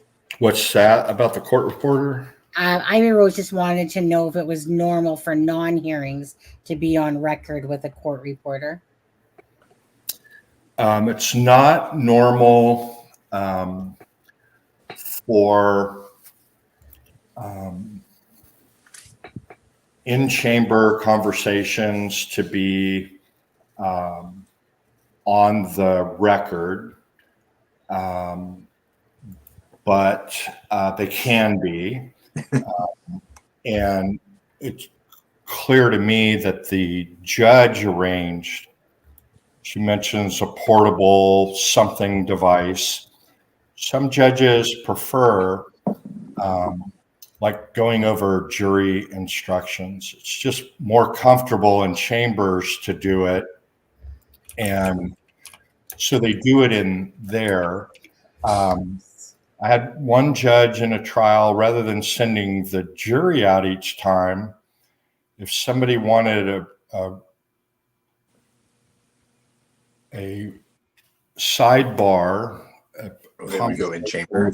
or outside the presence of the jury, he'd just say, okay, everybody in my, meaning the lawyers, everybody in my chambers. So it was more convenient for the jury, instead of them having to shuffle out 12 of them shuffle back in. The 2, 3, 4 lawyers would go through a side door into his chambers, and his court reporter had a system, and he'd say, okay, let me know when we're good to go. She said, all good, judge. And then the judge would remind us, say your name before you say what you're going to say. And then, you'd have to say, this is Travis. That was Judge Lehman in Las Vegas. Really, really good judge. Great judge. Anywho, so it's not normal. Normally you go in there and have conversations in a very civil way. For those of you who follow the Avery case, one of the defense attorneys, Jerry Buting, wrote a book, and he talks about, he was just ready to hit the prosecutor, Kratz, and his co-counsel, Dean Strang, jumped in between them at the last second. Right. And, it can get heated in there, but for the most part, you're not really talking, you're not arguing the merits of the case. You're going back there to figure out what's the most efficient use of our time. Procedurals. What are the motions that are pending? What order should we take them in? Have you all worked anything out on any of these? Do I really need to have a decision? How many days do you think it'll take to try this case? What audio-visual equipment are we going to need in there? It's those types of conversations, and no, they're not normally recorded. Procedural stuff, right? Yeah. I would say housekeeping. Housekeeping, yeah. Yeah. Little gambler, you're allowed to think your son is cuter, Yeah. I guess. Yeah. And no, my in-laws aren't coming for Christmas, but I got an air fryer out of it. Hey, even better, Sonny. Yeah. Okay. Yeah, right. Sorry, mother-in-law. No, I really want them to come out for Christmas because England was so cool when we were there for Christmas, but it's been like 4 years. If not, has it been 4 years? 4 years. Yeah. But anyways, England's very cool. Yeah. Have you ever been there? Did you say, Travis? Oh, I lots of cousins in Scotland. That's where the other half of my family's from, is Scotland. And so, yeah, Yorkshire's not quite to the borders, but it's close, and you can tell your husband's from up north. He's from, so my husband is from Nuneaton, which is about 20 minutes from Birmingham. Yeah. Okay. Yeah. My husband's mom, and she's so freaking pretty. She's with this guy named Jason, and he's a Brummie. So when I was out there, Brummies talk like a whole freaking language that I kept looking to my husband's mom going, what did Jason just say? Because it's so mumbled and fast. You know, it amazes me the different dialect in a small country that has so many different dialects. In the UK there. Like Canada is wide and big, but we only got, a few, like 3, 4 perhaps, go over there, and then just depends where you're posted there. But like my husband has the least of the accent in his family. His brother and that has the more high, I'll call it higher pitch voices in a sense. My husband has a more of a deeper voice. But I'll tell you, when they're gaming, Travis, freaking, I never seen 2 guys squeal so badly. Like, no. Yesterday, you better be careful. You're never going to be able to use that air fryer. You keep it up. Oh, when they get gaming, oh my goodness, they're like yelling to each other, and I'm like, you guys, I'm trying to record a video. Can you stop? Because all they were doing was playing this game yesterday, and all I could do was hear their voices through the wall. But anyways, back to the original thing. So no, but I got an air fryer out of it, and hopefully they'll come over at a different time, because I would like my husband's mom to experience Canada. That my husband, always my term my husband would use was, you could breathe, and I never understood what he meant fully. Knowing that Canada has so much vast open land, but when he kept saying you could breathe, well, when I was in England and we were in like Nuneaton, the houses are all on pretty much the road. Like there's very little leeway. Now, typically a yard in Canada is a yard, but in most homes that were built. But in England, everything is kind of like built there, and you just kind of feel like you're around brick buildings everywhere you go. So I understood what he meant when he says like, you just breathe. You just walk. Ask him if he figured out where the lard goes in that air fryer. Oh. I literally want to get off this live so I can go look at that damn air fryer. I am like so excited to use it, because I don't like to cook, but I'm hungry too. I know I've heard nothing bad about air fryers. And so I was so jelly. So, and the thing is that his mom didn't even know we wanted an air fryer. She had just asked husband last week. My husband said if we wanted it, or if we had an air fryer. Next thing you know, one shows up today. So I have to give you my tip, because I'm lazy, Sonny. You can buy parchment paper, like air fryer things. Parchment paper. Because if not, you're constantly having to clean. Gotcha. I got parchment paper, but you can buy. I get it. You can buy them that are like shaped for the basket. But yeah, if you use parchment paper in there, it doesn't affect the performance, and it keeps any of that like dripping or oil or anything from dripping into the bottom. Saves a ton of time, because I'm a little OCD with crumbs and cleaning, so that to me the big difference when I use parchment paper. Yeah. Sorry. I was gonna say, I thank you for reminding me of that, Adam. And Miranda, I get anxiety when I when you get the toaster and there's like the crumbs. I get anxiety when I see all like the crumbs in the bottom of the toaster. So do you?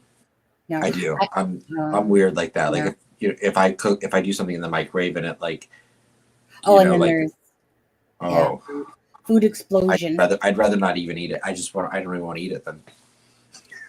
So you see these poll results? Actually, no. I'm just going to look now, actually. Thank you. I almost forgot about that.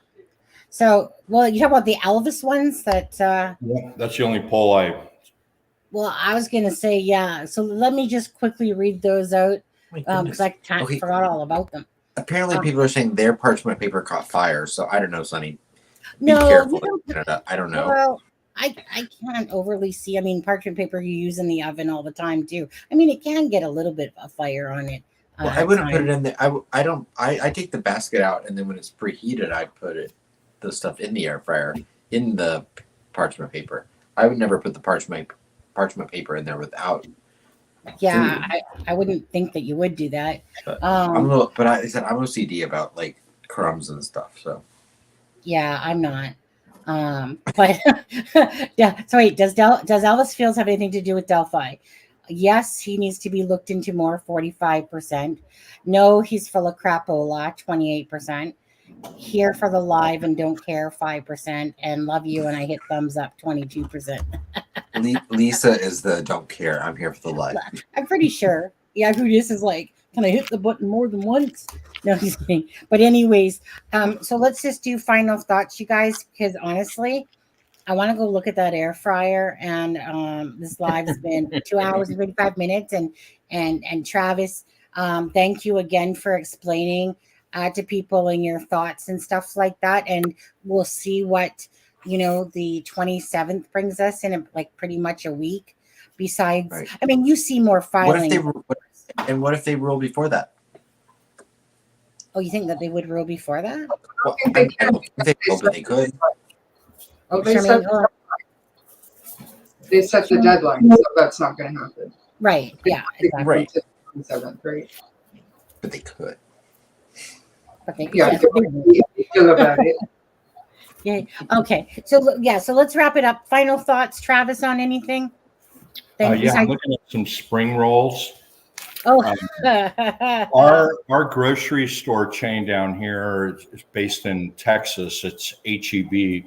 It stands for a man by the name of Howard E.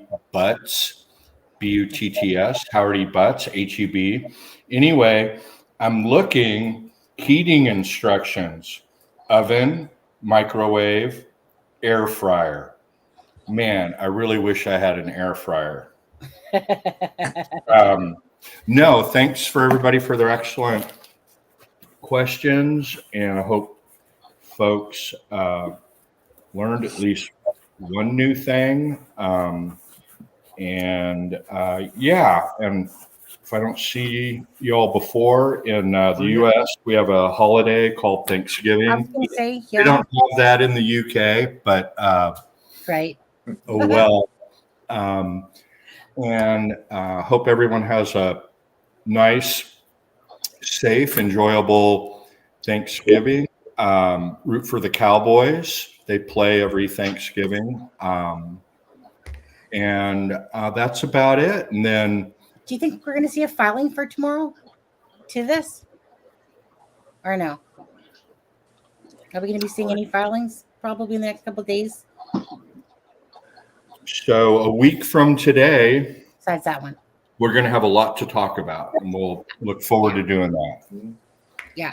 Oh, that's going to be a crazy day. Everyone's going to be going live. Everyone's going to be racing for everything. And some people are going to be literally at the court. Usually we know someone, right, Frank? That's going to be there, something like that. I seen Mama say that she was going. Anyways, yeah, that will be great.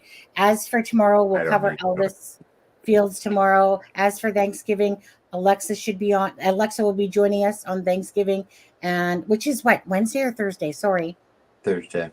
Thursday. Mhm. Okay. I think she might. I'm not sure if she's joining us Wednesday as well, but either or doesn't matter. So we'll see you guys. We'll be on tomorrow night or Wednesday night. I'm confused now. Tomorrow night I'll do Elvis. Okay. Yeah. So if you want to, of course, Adam, if you got something to do, then so be it. If not, I'm lonely for no, just kidding. But anyways, so other than that, Charmaine, thank you for yeah, hanging in Charmaine's there like last a word. trooper. Yeah, problem. and thank you I for the. I can't leave when Travis is on just because Yeah. I need information and he's more than willing to give it. So So, Charmaine, you could leave if You could leave if Travis wasn't here. Right. I, She could. I was working on it. Right. Hear that static coming in? Elvis? To be true, when I'm in chat, I learn more from Adam and Charmaine.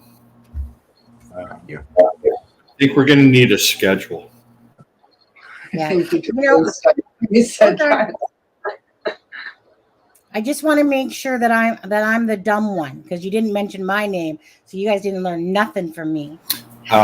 You keep us on point and rolling, and Not today, not today, not today. Happy. oh yeah, Yeah. Anyways, I like that one. You know what? I think someone said it well earlier. Can't remember who it was. Everyone has their forte.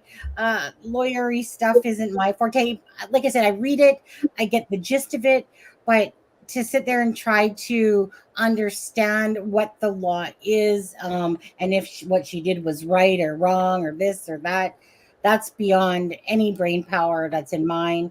And let alone reading is a struggle for real. Like I don't mind reading certain documents, but some of them are just like really boring to me. I love I it. just, Right. yeah.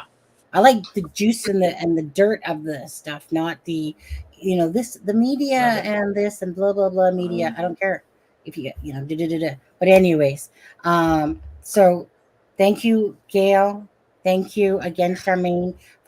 All the people that donated, and then Tom. You Betty better Majors.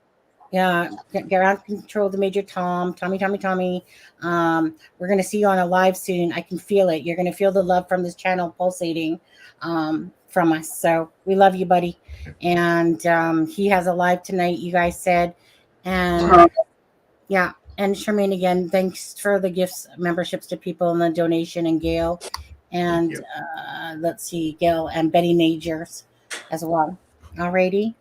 Adam, do I even let you dare get a word in edgewise before we go? Do I?